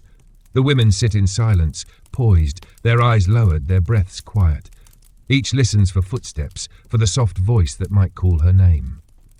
Every sound is magnified, every silence heavy with possibility. Our concubine sits among them, her hands folded in her lap, her face composed. She waits, her breath steady, her heart calm. Her name is not called. She lies down on her cushion, listening to the distant music drifting through the palace. The ney sighs, the oud hums, the rhythms rise and fall like waves. She closes her eyes, letting the music wash over her. She has not been chosen tonight, but she feels the currents shifting, subtle but real. The palace has begun to see her, and in the harem, being seen is the first step toward destiny. The morning begins with a muted glow, the sun rising gently over the Bosphorus, its light filtering into the harem like threads of gold unraveling across marble floors.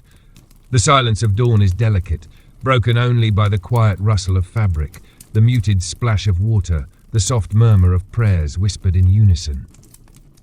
The women rise as always, their movements practiced, their gestures graceful even in the intimacy of waking. Yet today the air feels more charged, as if the palace itself is bracing for something unseen. Our concubine wakes early, her dreams already dissolving into fragments of colour and sound. She rises from her cushion, folds her bedding with care, and washes her face with cool water that chills her skin into alertness.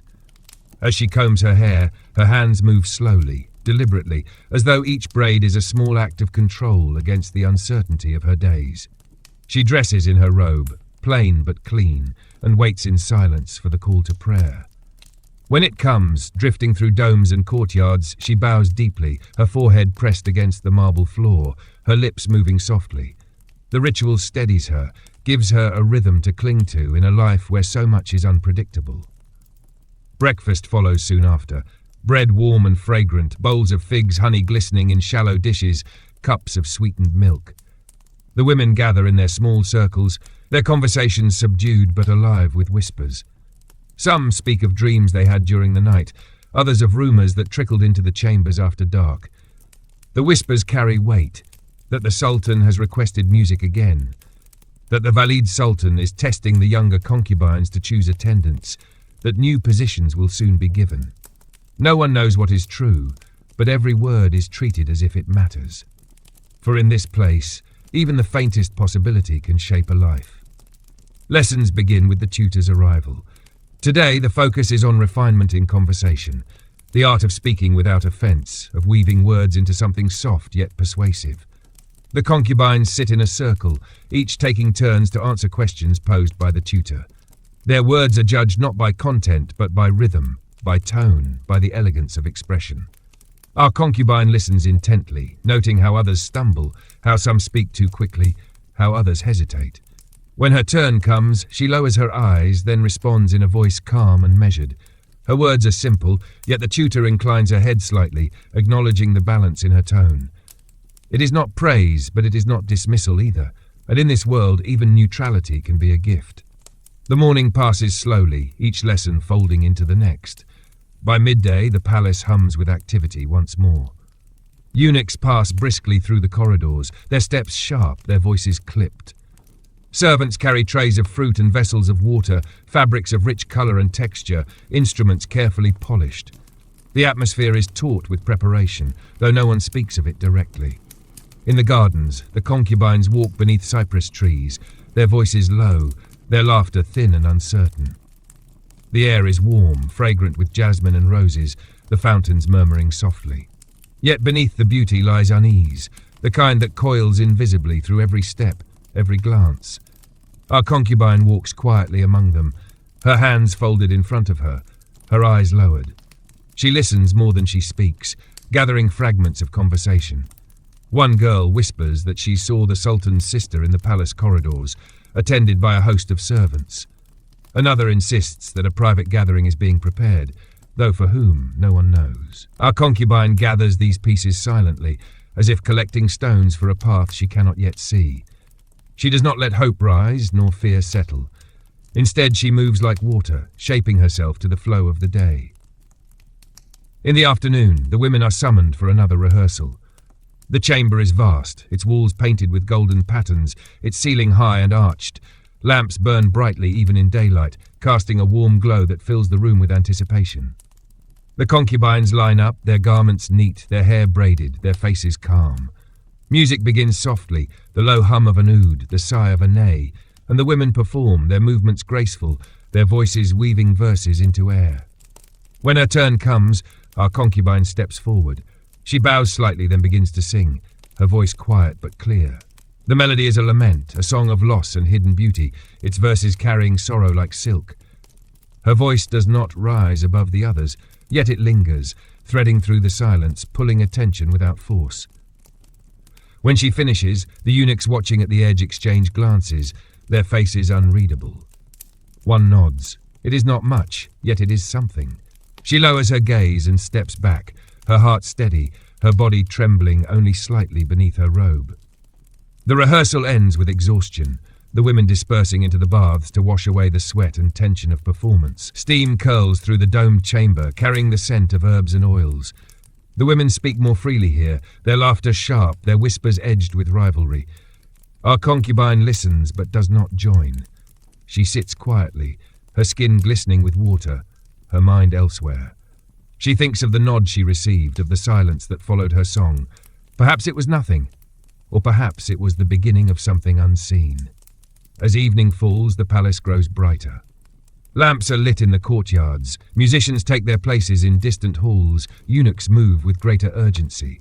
The women prepare once more, their garments chosen with care, their hair combed and perfumed, their faces adorned with subtle touches of colour. The atmosphere is taut, each woman waiting for a summons that may or may not come. Our concubine sits in her chamber, her hands folded, her breath calm. She waits, listening to the sound of footsteps echoing in the corridors, to the faint murmur of names being spoken, to the silence that follows when doors close. Her name is not called, yet she feels the weight of the day pressing upon her, the certainty that she has not gone unnoticed. She lies awake on her cushion, listening to the music that drifts through the night, the sound of the ney carrying sorrow into the darkness. She closes her eyes, her thoughts quiet, her heart steady. She knows the palace remembers, even when it seems to forget. And she waits, as always, for the moment when memory will turn into fate. The dawn creeps gently into the harem, faint and silvery, casting long shadows through the latticed screens. The women stir slowly, their movements hushed, as though unwilling to disturb the fragile balance of morning. The routine of rising unfolds as it always does, the folding of bedding, the soft splash of water in brass basins, the careful braiding of hair. Yet beneath this familiar rhythm, a new tension thrums through the air.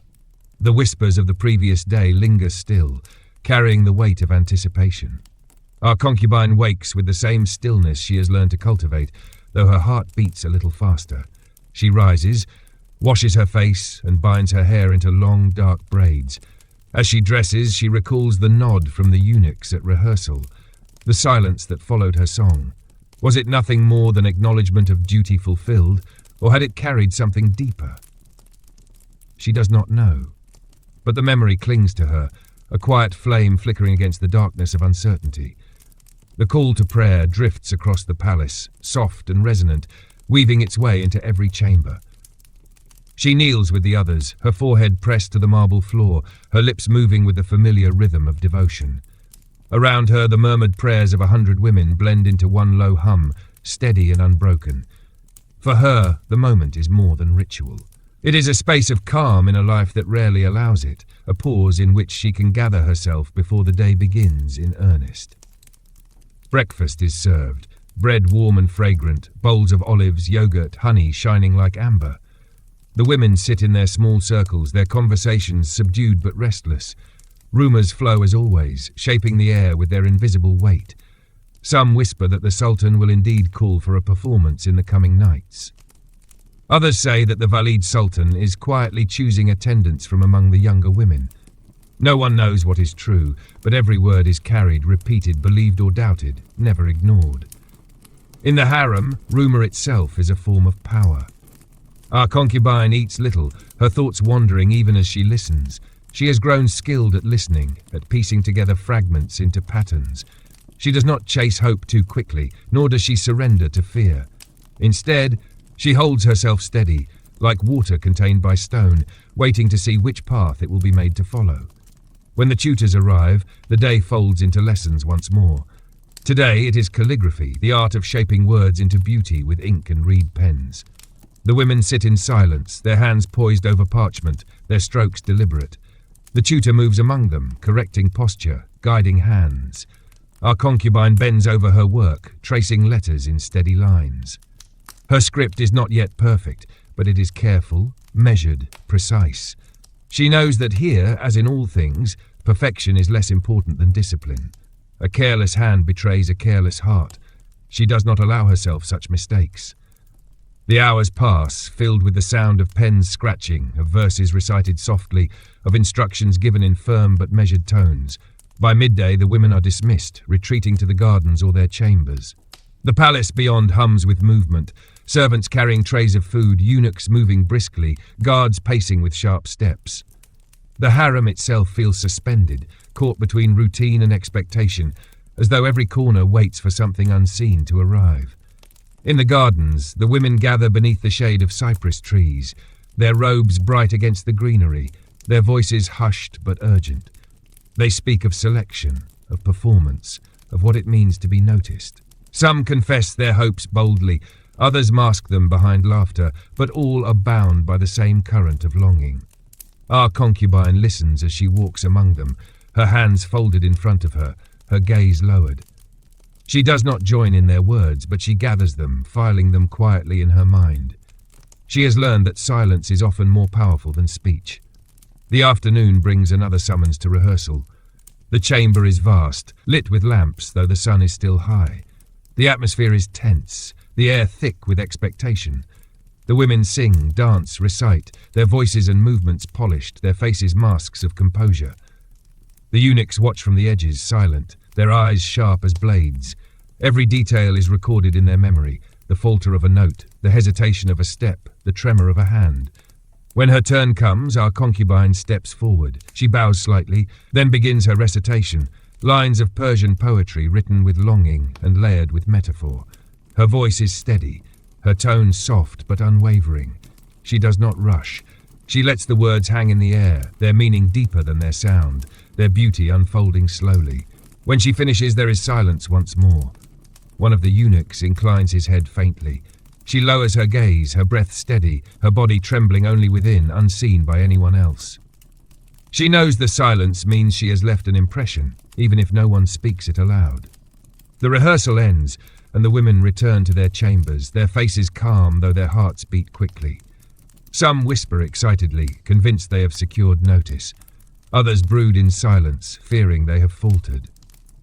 Our concubine remains quiet as she always does. She bathes in the marble halls, steam rising around her, her hair perfumed with oils, her skin smoothed and polished.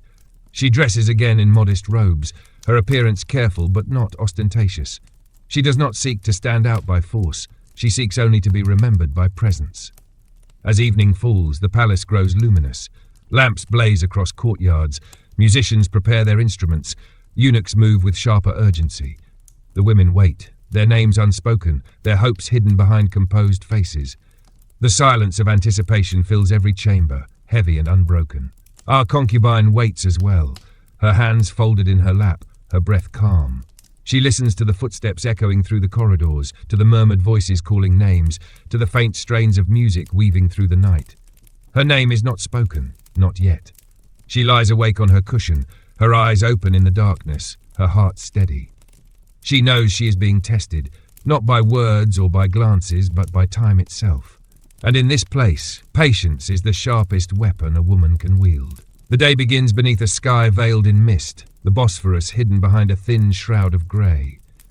Within the palace, the air feels cooler, heavier, as though the very stones are holding their breath. The harem stirs into motion slowly, each sound amplified by the stillness of the morning, the folding of bedding, the hushed splash of water into basins, the murmured greetings exchanged between women who live as both companions and rivals. Our concubine rises quietly, her body weary but her mind alert. She moves through her morning ritual with the same precision she has come to rely upon, washing, braiding, dressing. Yet something inside her feels unsettled, as though her own reflection in the polished brass mirror is slightly unfamiliar. Perhaps it is the way her eyes linger on themselves, searching for a trace of change that she cannot quite name. Perhaps it is the weight of waiting, which has begun to carve itself into her posture, her breath, her very silence. The call to prayer drifts through the corridors, resonant and low, echoing beneath domes and across courtyards. She kneels with the others, her forehead pressed to the marble floor, her lips moving in whispered devotion. The words are steady, but her heart is restless. Around her, the women pray with faces composed, each one carrying her own secret thoughts. Some pray for favour, some for freedom, some for nothing more than endurance. For our concubine, the prayer is both shield and anchor, a way to hold still in the tide of uncertainty. Breakfast is served in the same careful fashion, trays of bread, bowls of figs, honey, olives, warm milk. The women gather in clusters, their voices low but edged with tension. Rumours weave through the air like invisible threads. The Sultan has ordered a gathering. The Valid Sultan will attend. New attendants may be chosen before the week ends. No one knows what is true, yet every whisper tightens the atmosphere. Even laughter, when it appears, sounds strained, like a performance meant to mask unease. Our concubine eats sparingly, listening more than she speaks. She has grown adept at gathering meaning from fragments, stitching together half-truths into something resembling a pattern.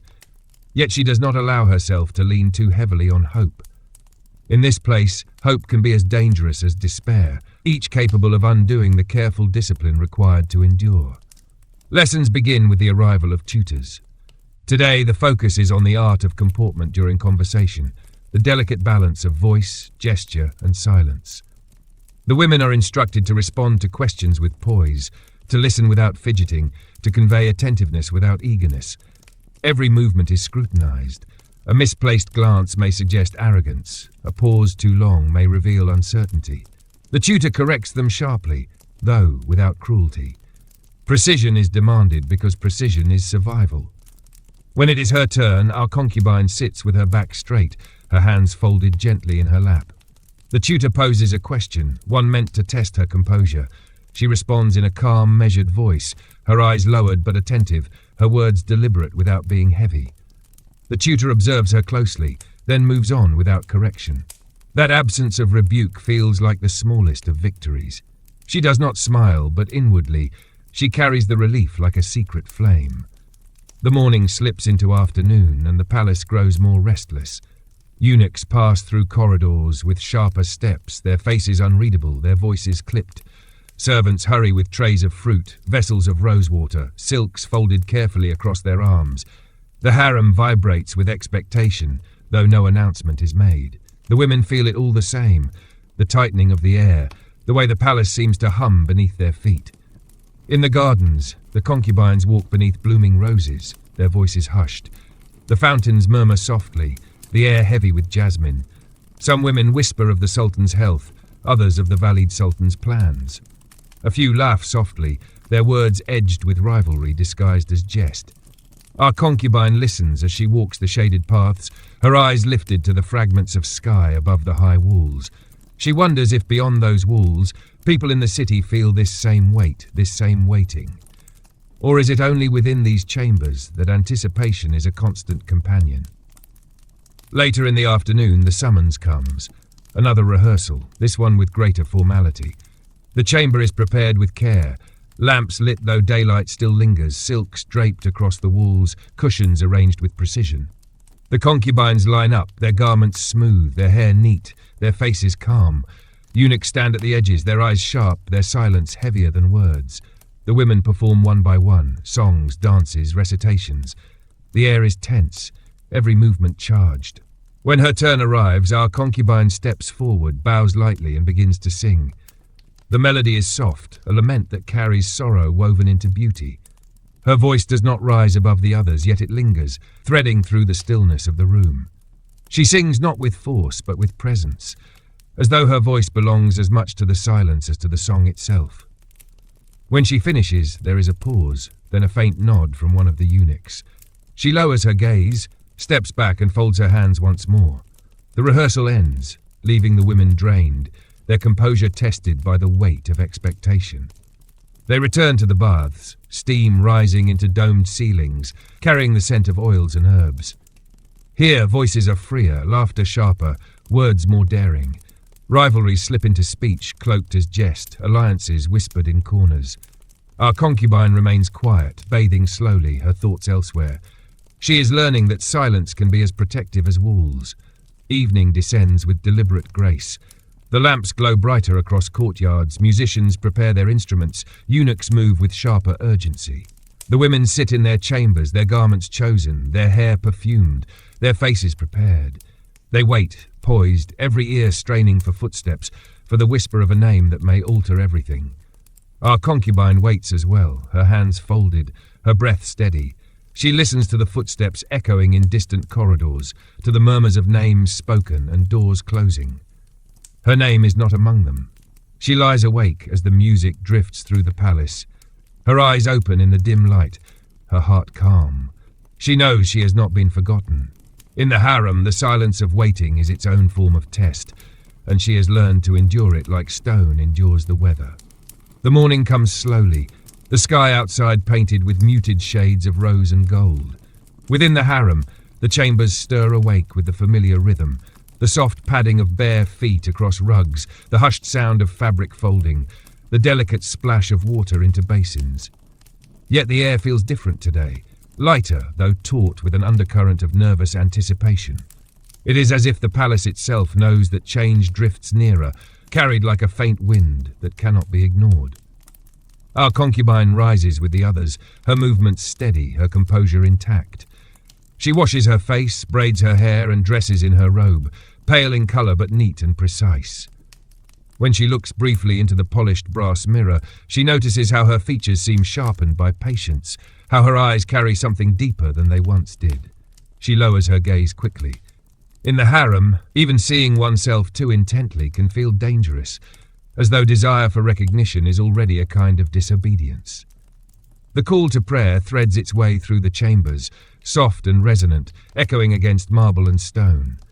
She kneels with the others, her lips moving, her forehead pressed to the cool floor. The devotion steadies her, though her thoughts wander. She prays for clarity more than for fortune, for the strength to see clearly the path unfolding before her. Around her, the murmur of women's voices rises and falls in unison, a chorus of whispered endurance.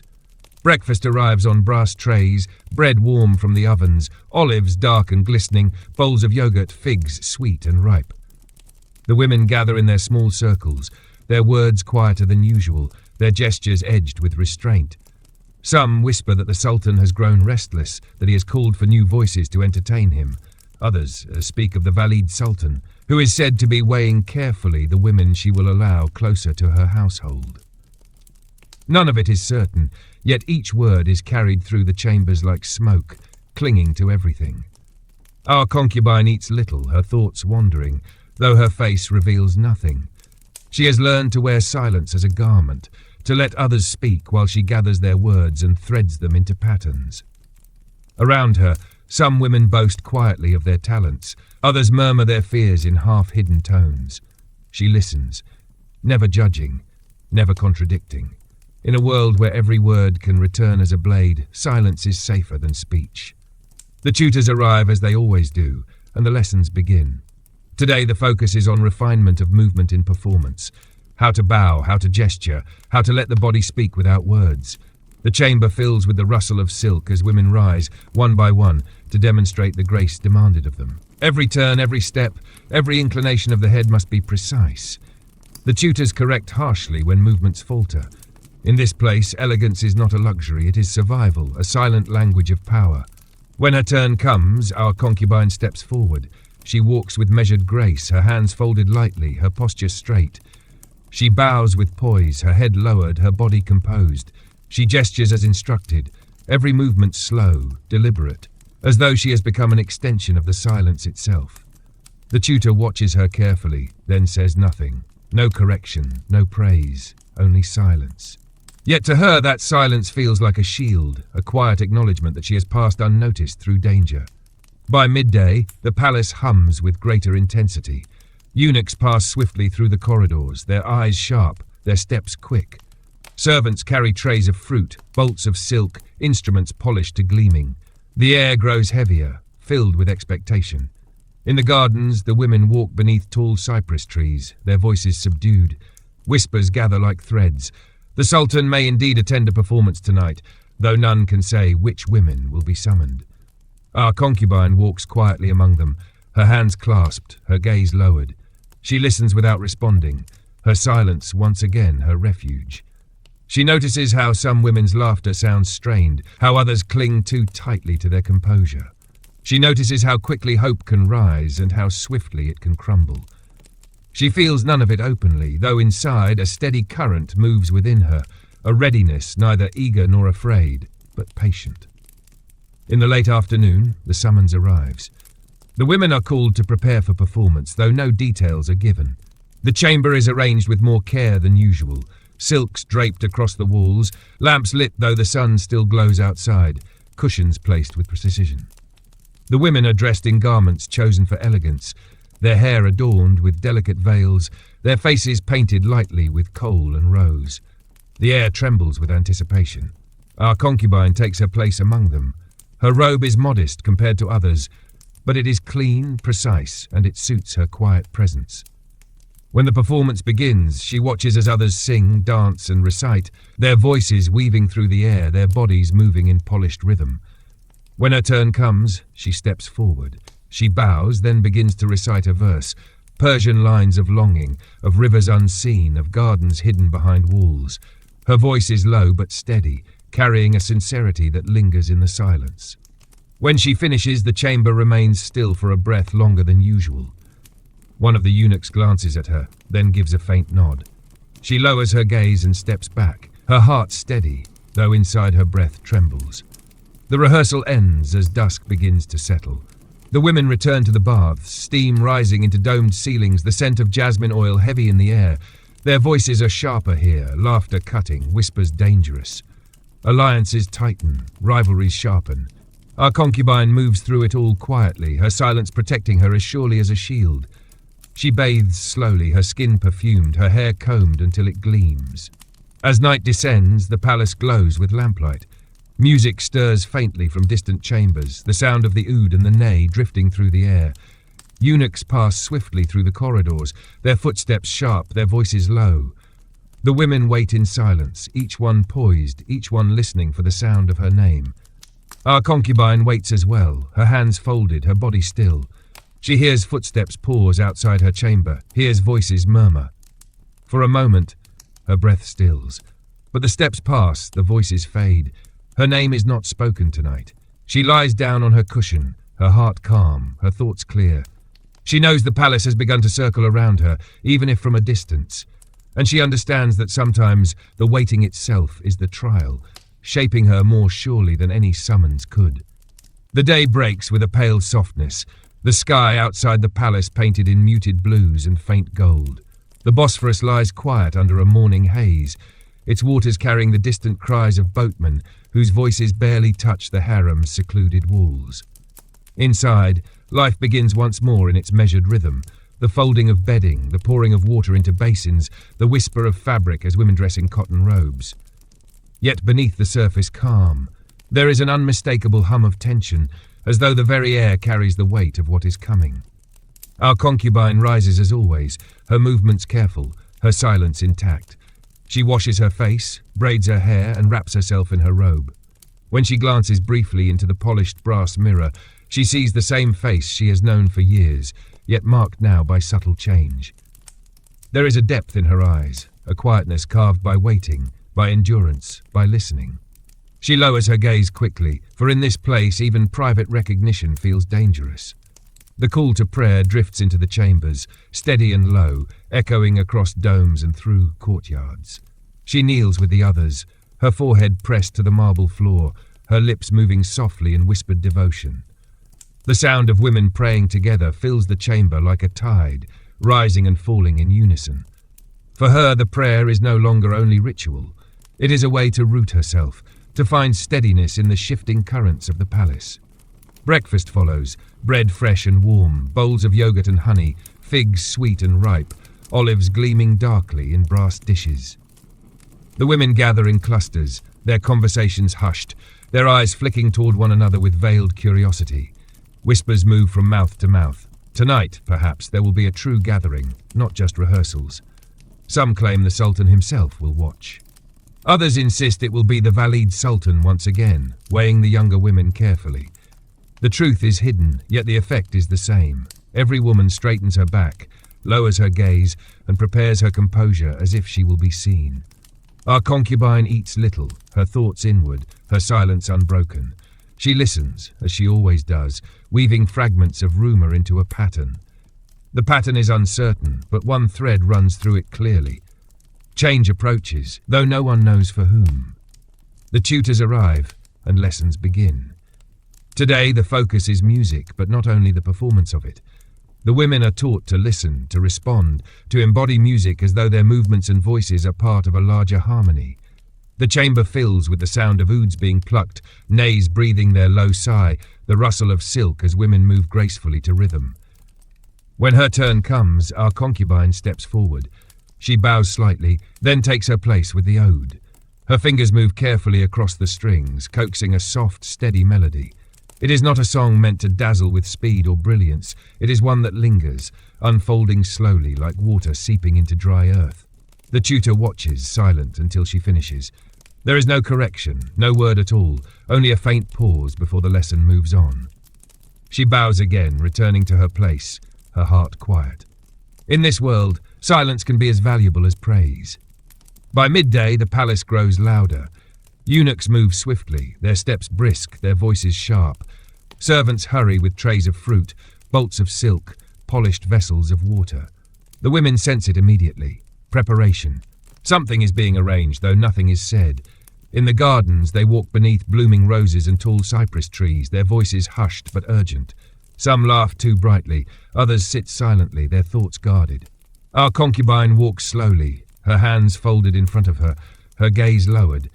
She listens without speaking, her mind weaving the pieces together. She feels the anticipation pressing against her skin, a weight that grows heavier with each passing hour. She thinks of her rehearsals, of the nods she has received, of the silence that followed her song. She wonders if these fragments are leading her towards something, or if they will vanish like smoke. The summons comes in the late afternoon. The women are told to prepare for a performance that will take place in one of the larger chambers, though no detail is given of who will attend. The baths are opened, steam rising into domes, the air heavy with jasmine and rose oil. The women bathe carefully, their skin polished, their hair combed and perfumed until it gleams. Their robes are chosen with care, silks and cottons in pale hues, veils adorned with delicate embroidery. Every detail matters, for even if the Sultan does not come, someone of power will. Our concubine bathes quietly, her movements unhurried. She allows the warm water to soothe her skin, the fragrance of oils to cling to her hair. She dresses in a robe of pale fabric, modest yet elegant, and lets her silence cloak her like armor. She does not seek to outshine the others, but she does not fade either. She is a presence, steady and deliberate, waiting. As evening falls, the palace glows with lamplight. The great chamber is arranged for spectacle, silks draped across the walls, cushions placed in careful rows, musicians seated with their instruments tuned. The women gather, their faces composed, their bodies poised. Eunuchs stand watch, their eyes sharp, their silence heavier than words. The performance begins. One by one, the women step forward, singing, dancing, reciting poetry. Their voices rise and fall, their movements weaving patterns into the lamplit air. The music flows steadily, filling the chamber with beauty edged by tension. When her turn arrives, our concubine steps forward. She bows gracefully, then begins to sing. Her voice is soft, carrying a sorrow that lingers in every note. The melody is one she has practiced countless times, but tonight it feels different, more fragile, more alive. The chamber grows still as her song unfolds, her voice threading through the silence like a secret carried on the wind. When she finishes, there is no applause, only a silence deeper than before, followed by the faint sound of a eunuch's voice speaking quietly to another. She lowers her gaze, bows again, and steps back, her heart steady but her body trembling beneath her robe. The performance continues, but for her, the moment has already carved itself into memory. She does not know what it means, whether she has been seen or simply heard and forgotten. Yet she feels the shift, subtle but undeniable. Something has begun to move, even if she cannot yet see where it will lead. The dawn arrives wrapped in silence, the sky veiled in soft grey before surrendering slowly to gold. Within the harem, the women stir, their movements muted as if the echoes of the previous night's performance still linger in the air. The chamber carries with it the faint scent of oils and incense, reminders of the preparations that had consumed them until the lamps burned low. Each woman wakes with her own interpretation of what had passed, some hopeful, others weary, many caught between uncertainty and longing. Our concubine opens her eyes to the dim light, her body heavy with fatigue, but her mind restless. She recalls the stillness that had followed her song, the silence that seemed to deepen before the quiet murmur of eunuchs. It had not been rejection, of that she is certain, but neither had it been clear recognition. She folds her bedding with care, washes her face with cool water, and braids her hair slowly, as though each movement can steady her heart. When she looks briefly into the polished brass mirror, she does not search for beauty, but for composure. It is composure that will carry her further than any painted lips or perfumed skin. The call to prayer rises, weaving through domes and stone walls. She kneels with the others, her forehead pressed to marble, her lips whispering devotion. The act roots her, holds her steady against the unseen tide of possibility. Around her, the murmur of many voices blends into a low hum, a reminder that though each woman's path may diverge, they are all bound by the same walls, the same currents of fate. Breakfast is served. Bread, yogurt, olives, figs. The women sit together in small groups, their conversations edged with the sharpness of speculation. Some insist that the Sultan himself had listened unseen, others that the Valid Sultan alone had watched. Some believe names have already been chosen for advancement, while others scoff that nothing has changed. The words swirl like smoke, impossible to grasp yet impossible to ignore. Our concubine eats little, her silence unbroken. She listens carefully, her thoughts weaving the fragments into patterns. She has learned that in the harem, truth is never spoken directly, but always carried in whispers, glances, and silences. She keeps her face calm, her eyes lowered, her presence quiet. It is not her voice that will betray her, but her stillness that may protect her. The tutors arrive, and the lessons begin. Today, the focus is on storytelling, not merely the recitation of verses, but the ability to weave a tale that holds attention. Each woman is asked to recount a fable, a memory, or a parable drawn from tradition. The lesson is more than practice. It is preparation for a life where words must serve as both shield and weapon. When her turn comes, our concubine bows her head and begins a story of a bird trapped in a golden cage. Her voice is soft, her tone measured, her words chosen with care. She does not embellish, does not dramatize, but allows the quiet truth of the tale to linger in the air. The bird sings, not because it is free, but because it must, and in its song there is both sorrow and strength. When she finishes, the room is still. The tutor inclines her head faintly before moving on. No praise, no rebuke, only acknowledgement. It is enough. The afternoon grows heavy with heat. The palace hums with quiet activity, servants carrying trays of fruit, eunuchs moving briskly, guards stationed at every passage. In the gardens, the women walk among fountains and blooming roses, their voices subdued, their eyes flicking nervously to one another. Hope and fear mingle in the air, invisible but palpable. Our concubine walks the shaded path slowly, her hands clasped, her steps measured. She listens to the voices around her, some hopeful, others bitter, a few resigned. She does not speak, but she feels the anticipation pressing upon her as though it will weight upon her chest. She thinks of her story, of her song, of the way silence had followed both. She wonders whether silence is her ally or her prison.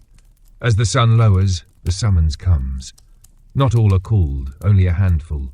Eunuchs move through the chambers, their voices steady as they speak the names. The chosen women are instructed to prepare themselves. The chamber fills with murmurs, with stolen glances, with sudden bursts of quiet laughter tinged with nerves. Our concubine does not expect them. She has grown accustomed to waiting, to letting others step forward while she remains in the shadow. Yet, when the eunuch's voice calls her, her heart stumbles, though her face remains calm.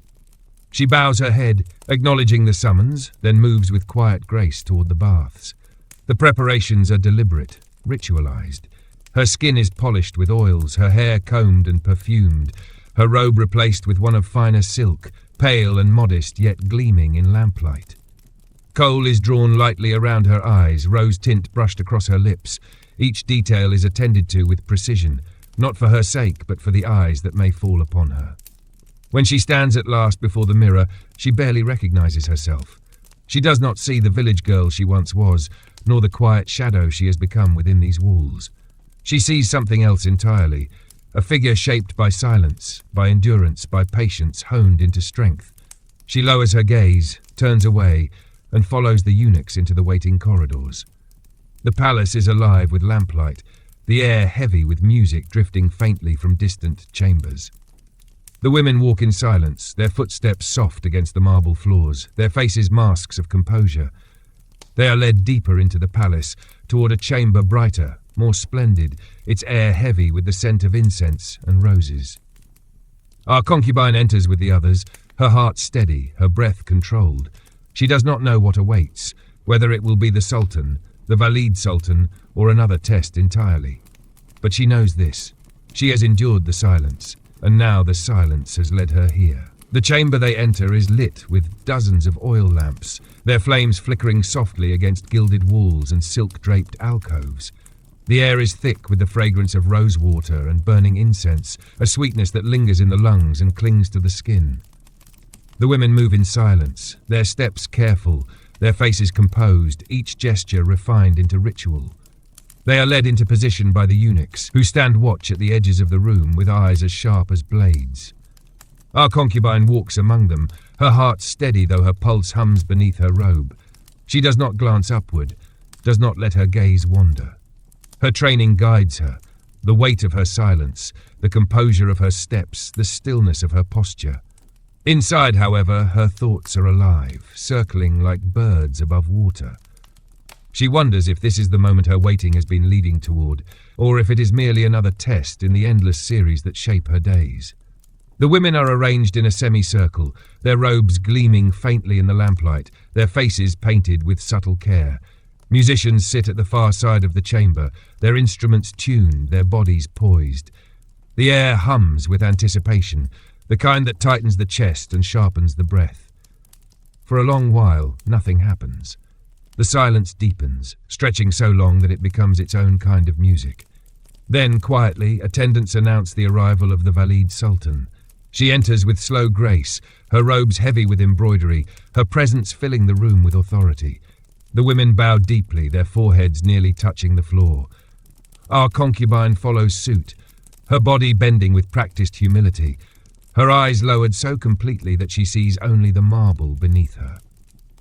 The Valid Sultan takes her place upon a cushioned seat, her gaze moving over the women with the sharpness of someone who has ruled through eyes alone.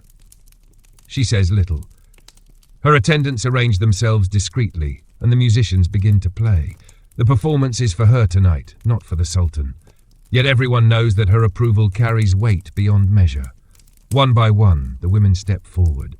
Some dance, their movements slow and graceful, each turn of the wrist, each bend of the body laden with elegance.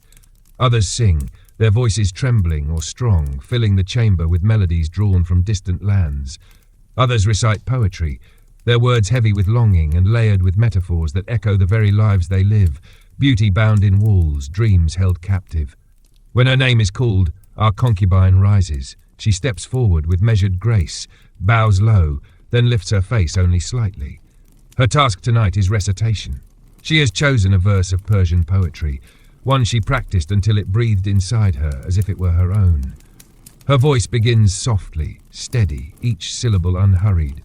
The words tell of a garden locked away where flowers bloom unseen, their fragrance wasted on walls too high for any wind to carry. The verse lingers in the chamber, the silence drinking it in. As she speaks, she does not raise her voice. She allows it to weave gently into the air, as though it belongs as much to the silence as to the sound. She feels the stillness deepen. The musicians quiet their instruments to let her words linger. When the last line falls from her lips, she bows again, lowering her gaze and steps back into her place among the others. The Valid Sultan's expression does not shift. Her eyes remain steady, her lips unreadable. She gives no sign of approval or dismissal. Only her gaze lingers a moment longer on the girl who spoke of locked gardens before moving on. It is a small pause, nearly imperceptible, yet in the harem, such pauses are as loud as declarations. The performance continues, each woman offering her talent, each voice blending into the night. When it ends, the women bow deeply once more, their foreheads nearly pressed to the marble. The Valid Sultan rises, her attendants gathering around her like shadows. Without a word, she departs, leaving behind only the faint scent of her passing and the echo of her gaze. The chamber remains silent for a long moment after her departure. The women keep their faces lowered, their bodies composed. Only when the eunuchs give the signal do they rise and file out quietly, their steps soft, their breaths held. The night air outside the chamber feels different, heavier and lighter all at once, as though each woman carries away with her the weight of possibility. Back in her chamber, our concubine sits quietly on her cushion, her hands folded in her lap. Around her, the women whisper, their voices edged with hope or disappointment, their interpretations of the Valid Sultan's silence multiplying like shadows. Some claim they saw a smile, others a frown. Each believes what she must to endure the uncertainty. Our concubine says nothing. She replays the moment in her mind, the way her voice had sounded, the way silence had gathered around her, the way the Valid Sultan's gaze had lingered, if only briefly. It is enough to stir something within her, not hope, not fear, but a steady flame of patience. She lies down at last, listening to the faint music drifting through the palace, and lets the thoughts settle within her. She has been heard, and perhaps in the quiet language of the harem, that is the beginning of everything. The morning after the gathering begins with an unusual quiet. The chambers of the harem stir more slowly than usual, as though the weight of the previous night still presses upon every woman. The air is heavy with the scent of rose oil lingering on garments, with the faint trace of incense that clung to hair and skin. Each concubine wakes not only to the new day, but also to her own interpretation of what had passed. For some, there is hope that the Valid Sultan's eye had lingered upon them. For others, a quiet despair that they had gone unseen. Our concubine rises in silence, her body heavy with fatigue, though her mind remains alert. She folds her bedding with steady care, washes her face in cool water, and braids her hair into simple strands. When she looks briefly into the polished brass mirror, she sees a girl who has been shaped by silence, by patience, by the discipline of restraint. She lowers her gaze, unwilling to let pride or longing flicker across her features. The call to prayer weaves its way into the chamber, soft and resonant, rising above domes and courtyards. She kneels with the others, her forehead pressed to the marble floor, her lips whispering words she knows by heart. Around her, the murmur of many voices blends into one unbroken hum, a sound both fragile and eternal. She feels herself steadied by it, anchored to something larger than the endless uncertainties of her life. Breakfast arrives as it always does, bread still warm, bowls of yogurt, honey golden in shallow dishes, figs and olives arranged neatly on brass trays. The women gather in small groups, their conversations hushed but brimming with speculation. Some insist that the Valid Sultan's silence meant approval, others that it meant disappointment. Each woman clings to her own version of truth, for certainty is a luxury no one here possesses. Our concubine eats little, her silence intact. She listens carefully, gathering fragments of rumor and weaving them together. She does not allow herself to believe in one outcome or another. She has learned that in the harem, meaning is never given directly, it must be pieced together from pauses, glances, the smallest gestures. When the tutors arrive, the day folds into lessons. Today, the focus is on history. The lives of sultans, of viziers, of women who shaped the empire from within their veiled chambers. The tutor speaks of Hurrem Sultan once again, of her rise from concubine to queen, of the way she navigated the labyrinth of intrigue with wit as sharp as steel. The younger women listen with wide eyes, their minds filled with visions of power and possibility. Our concubine listens more quietly, letting the story settle into her thoughts not as fantasy but as instruction.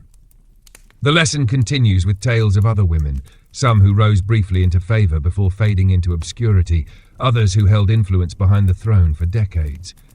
Each story is both warning and inspiration, a reminder that fortune in the harem is never fixed. To rise is to be seen, but to endure is to be remembered. By midday, the lessons end, and the palace hums with the energy of routine. Eunuchs pass swiftly through the corridors, their steps sharp, their faces unreadable. Servants carry trays of food, bolts of silk, vessels of water. The harem feels restless, every woman caught in her own thoughts, her own interpretations of what may lie ahead. In the gardens, the women walk beneath blooming roses and cypress trees. Their laughter is quieter than usual, their voices edged with nerves. Some whisper of letters being written, of names being recorded in secret lists. Others claim the Valid Sultan has already chosen those who will serve closer to her. The truth is hidden, as always, yet the effect is clear. Every step, every word, every glance is weighted with possibility. Our concubine walks slowly along the shaded path, her hands folded in front of her, her gaze lowered. She listens, though she does not join. She has grown accustomed to letting silence carry her, to letting others reveal themselves through their eagerness. Her own strength lies in patience, in the discipline of restraint. The afternoon brings another rehearsal, though it feels different now. The chamber is smaller, the audience fewer. Only those who had been summoned the night before are asked to attend. This alone sharpens the tension, for it means the circle is narrowing, the choices being weighed more carefully. The women take their turns once more, singing, dancing, reciting. The air hums with nervous energy, every voice carrying the weight of hidden hope. When her name is called, our concubine steps forward with quiet composure. She bows, then begins a new recitation, one she has been practicing in silence. The verses are softer this time, speaking of patience, of rivers that carve stone not through force but through time. Her voice does not rise above the others. Yet it carries a steadiness that lingers in the air, a quiet confidence that speaks without demanding. When she finishes, there is silence, then a faint murmur among the eunuchs. She lowers her gaze, bows again, and steps back into her place. Her heart remains calm, though her breath trembles slightly. She knows that in this place, being remembered does not require brilliance, only presence shaped by patience. The rehearsal ends and the women return to their chambers. Some whisper with excitement, others retreat into silence, their disappointment heavy. Our concubine sits quietly on her cushion, her thoughts circling like slow currents of water. She does not know whether she has been chosen, whether her voice has lodged itself in memory, whether her presence has left a mark. But she feels a shift, subtle but undeniable. The silence has changed its shape. As night falls, the palace glows with lamplight, the air alive with faint strains of music drifting through corridors. The women wait as always, poised, their faces composed, their breaths measured. Eunuchs move with deliberate steps, their voices low, their summons carried from door to door. Our concubine waits, her hands folded, her eyes lowered. She listens to the footsteps approaching, to the murmur of names being spoken, to the silence that follows. When the steps pause outside her chamber, her heart stills. She does not move until the door slides open and her name is spoken, low and steady. She bows her head, rises, and steps forward into the waiting corridor, her fate no longer distant, but unfolding before her. The corridor she steps into is lit with lamps burning low, their golden glow casting long shadows across the marble floors. The air is thick with the scent of rose oil and incense, heavier here than in the common chambers. Eunuchs flank her on either side, their presence silent yet commanding, their eyes forward, their steps measured. She follows without question, her gaze lowered, her heart steady though her breath comes a little faster. Each step feels as though it carries her farther from the life she has known, deeper into a path she has only imagined in fragments. The walk seems endless, winding through corridors and courtyards that feel unfamiliar even after all the days she has spent within the palace walls. The sound of fountains murmurs faintly in the distance. The faint rustle of silk echoes as attendants move in and out of view. The harem is a labyrinth, and tonight, for the first time, she feels herself being led into its heart. At last, she is brought into a chamber smaller than the great halls but more richly adorned. The walls are lined with silks, the air heavy with perfume, the floor spread with carpets so fine that her steps sink into them without sound. A low table holds trays of fruit and sweets, untouched, their fragrance mingling with the incense. Lamps glow softly, filling the room with a warmth that seems both inviting and suffocating. She bows deeply as instructed, her forehead nearly touching the floor, and remains there until the eunuchs gesture for her to rise. She does so slowly, her eyes still lowered, her hands folded in front of her. Silence fills the room, broken only by the faint crackle of the lamps. She does not yet know who she has been brought before, though the richness of the chamber tells her it is no small presence. Moments pass, long enough for her heart to beat heavily in her chest. Then, footsteps approach, soft, deliberate, measured. She lowers herself once more, bowing deeply, her breath held. A voice speaks, low and steady, though not the Sultan's. It is a woman's voice, resonant with quiet power. The Valid Sultan. She feels the weight of that presence without needing to look. The air itself seems to shift, to bend under the gravity of authority. The Valid Sultan speaks sparingly, her words measured, her tone calm but edged with command. She asks questions, simple at first, her name, her origin, the skills she has learned. Our concubine answers softly, her voice steady, each word chosen with care. She does not embellish, does not falter. She speaks as she has been trained, but also with a sincerity that is hers alone. The Valid Sultan listens in silence, her gaze unseen but felt like a blade hovering just above the skin. She asks the concubine to recite a verse, one she has already spoken in rehearsals. The girl bows her head, then begins. Her voice is low but clear, weaving the Persian lines into the air, each syllable slow and deliberate. She does not rush, does not tremble, though her heart beats loudly within her. When she finishes, the silence deepens. The Valid Sultan says little in response, only a faint hum, a pause that lingers like a mark pressed into wax. Then she gestures, and attendants step forward. The eunuchs guide the concubine out, her head lowered, her steps careful. She is not dismissed with words, not given praise or rebuke. She is simply moved aside, returned to the waiting corridors. Yet she knows the silence itself has spoken. She has been seen, she has been weighed, and something within her tells her she has not been found wanting. When she returns to her chamber, the other women glance up, their eyes sharp with curiosity, though none dare ask outright. She bows her head, sits quietly on her cushion, and says nothing. Their whispers fill the room, speculating endlessly, weaving stories from the fragments they believe they have seen. But she remains silent, her thoughts turned inward. She recalls the chamber, the richness of its silks, the glow of the lamps, the steady voice of the Valid Sultan. She recalls the questions, the weight of the gaze that lingered though she never raised her eyes to meet it. She recalls her own voice, steady and calm, carrying verses into the silence. And she recalls the pause, the moment that stretched longer than the others. She lies awake long into the night, the music of the palace drifting faintly through the walls. Her heart does not race now. It beats slow, steady, as though it has begun to accept the truth of her path. She knows that she has stepped across a threshold, that she has been drawn into a current larger than herself. Whether it carries her toward fortune or ruin, she cannot yet know. But she feels the shift inside her, quiet but undeniable. She is no longer unseen. She has entered the memory of the palace, and in the harem, memory is the first step toward power. The final day of this chapter begins beneath a sky that seems impossibly still, the dawn painted in muted shades of silver and rose. The Bosphorus glimmers faintly in the distance, but its waters are hidden from the harem by walls too high, by lattices too intricate. Within, the chambers stir as always, soft footsteps, hushed whispers, the careful folding of bedding. Yet there is a change in the air, a current that passes through every corridor, felt even in silence. The women rise with greater care, their eyes sharper, their movements taut with the awareness that something has shifted.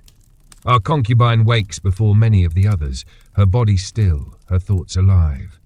She lies for a moment on her cushion, letting the faint glow of morning wash over her face. She thinks of the previous night, of the Valid Sultan's voice, of the silence that followed her verses. It has carved itself into her memory like an etching on stone. She rises, folds her bedding, washes her face with cool water, and braids her hair with calm hands. When she gazes briefly into the polished brass mirror, she does not search for beauty, nor even for recognition. She sees only composure, her greatest weapon. The call to prayer drifts into the chamber, soft and resonant, filling the air like a tide. She kneels with the others, her forehead pressed to the marble floor, her lips whispering words that have become her anchor. Around her, the murmured devotion of many voices blends into one, steady and unbroken. For a moment, the uncertainty of her life falls away, leaving only stillness. Breakfast arrives. Bread, honey, figs, bowls of olives and yogurt. The women gather in their clusters, but their voices are more cautious now, as though the walls themselves are listening. Some whisper that the Valid Sultan has already chosen her attendants, others that the Sultan himself will call new favourites before long. Their words are threaded with hope, with fear, with envy. Each woman measures her own chances against the silence of the palace. Our concubine eats little, her eyes lowered, her silence intact. She listens, gathering fragments as always, but speaks none of her own thoughts. Her stillness makes others restless, for they cannot read what she carries within. Yet this silence is her strength. It shields her, allowing her to move unseen, even as the gaze of power circles nearer. When the tutors arrive, the lessons begin. Today they are not of music or dance, but of conduct. The women are instructed in the art of waiting, how to sit gracefully for hours, how to fold their hands in patience, how to wear composure like a garment that never slips. The tutor reminds them that beauty is not enough, that words and talent are not enough. In the harem, endurance itself is a skill. Our concubine listens carefully, her back straight, her hands folded lightly in her lap. She does not fidget, does not sigh, does not allow even a flicker of impatience to show. She has lived this lesson every day since her arrival, but now it feels sharper, more deliberate, as though preparing her for a threshold she has already begun to cross. By midday, the palace is alive with movement. Eunuchs pass swiftly, their steps quick, their faces unreadable. Servants carry trays of fruit, bolts of silk, vessels of rosewater. The air hums with unseen purpose, as though the palace itself is preparing for an announcement. The women walk in the gardens beneath tall cypress trees, their voices low, their laughter brittle. Whispers pass from mouth to mouth, quick and uncertain. Some say the Sultan has asked to hear music tonight. Others insist that the Valid Sultan herself will choose new attendants before the evening ends. No one knows the truth. Our concubine walks among them, her steps measured, her gaze lowered. She does not speak, though she listens carefully. She senses the tension like a string pulled taut, ready to snap. She feels it in her own chest, though she doesn't reach her face. She has learned that in this place the quietest heart often endures the longest. As the afternoon deepens, the summons comes again. Her name is among those called. She bows her head, rises without hesitation, and follows the eunuchs. The path wends once more through corridors bright with lamplight, past courtyards where fountains murmur softly. She feels the weight of the palace pressing in around her, its silence vast, its memory ancient. She is led into a chamber rich with silks and glowing lamps. The air is fragrant with incense, heavy but not overwhelming. Attendants move silently, arranging cushions, pouring sherbet into crystal cups. The musicians are already seated, their instruments tuned. And then, as she bows deeply, she hears it. The quiet arrival of the Sultan. The room shifts around his presence, though he says nothing at first. The women bow until their foreheads nearly touch the floor, their bodies still as stone. Our concubine lowers herself among them, her heart beating steadily, her breath calm. She feels the silence stretch, filled only by the faint crackle of lamps and the distant sigh of the ney. The performance begins. Women step forward one by one, singing, dancing, reciting. Their voices are steady, their movements precise, each one pouring her hope into the air. The Sultan watches in silence, his expression unreadable. His gaze is both crown and sentence, a force that can raise or erase with a glance. When her turn comes, our concubine steps forward. She bows deeply, then lifts her face slightly, her eyes lowered but her voice steady. She begins with a verse, not the lament she has recited before, but one chosen for tonight. Words of quiet endurance, of rivers carving stone, of time shaping destiny. Her voice is low, unhurried, threading through the silence like a thread of silver. She does not try to dazzle. She does not beg to be seen. She simply is. When she finishes, the chamber is still. The Sultan's gaze lingers for a moment longer than she expects, though he says nothing. She bows again, lowers her eyes and steps back into her place. Her heart remains calm, though a tremor moves through her chest. She knows she has entered memory once more, not as a shadow, but as a presence. The evening ends in silence. No names are spoken, no decisions announced. The women bow deeply as the Sultan departs, his attendants moving with him like shadows. The chamber empties slowly, the women returning to their quarters with whispered speculation. Some are certain they were noticed, others hide their disappointment behind laughter. The air hums with uncertainty. Our concubine returns to her chamber quietly. She sits upon her cushion, her hands folded, her face calm. Around her, the whispers rise again, weaving stories from fragments, but she does not speak. She closes her eyes, lets the music drifting faintly through the palace settle over her, and breathes slowly. She does not know what tomorrow will bring, whether her path will rise or fade, whether the silence will lift her higher or swallow her whole. But she knows this. She has endured, she has been heard, and she has stepped into the memory of power. In the harem, that is where destiny begins.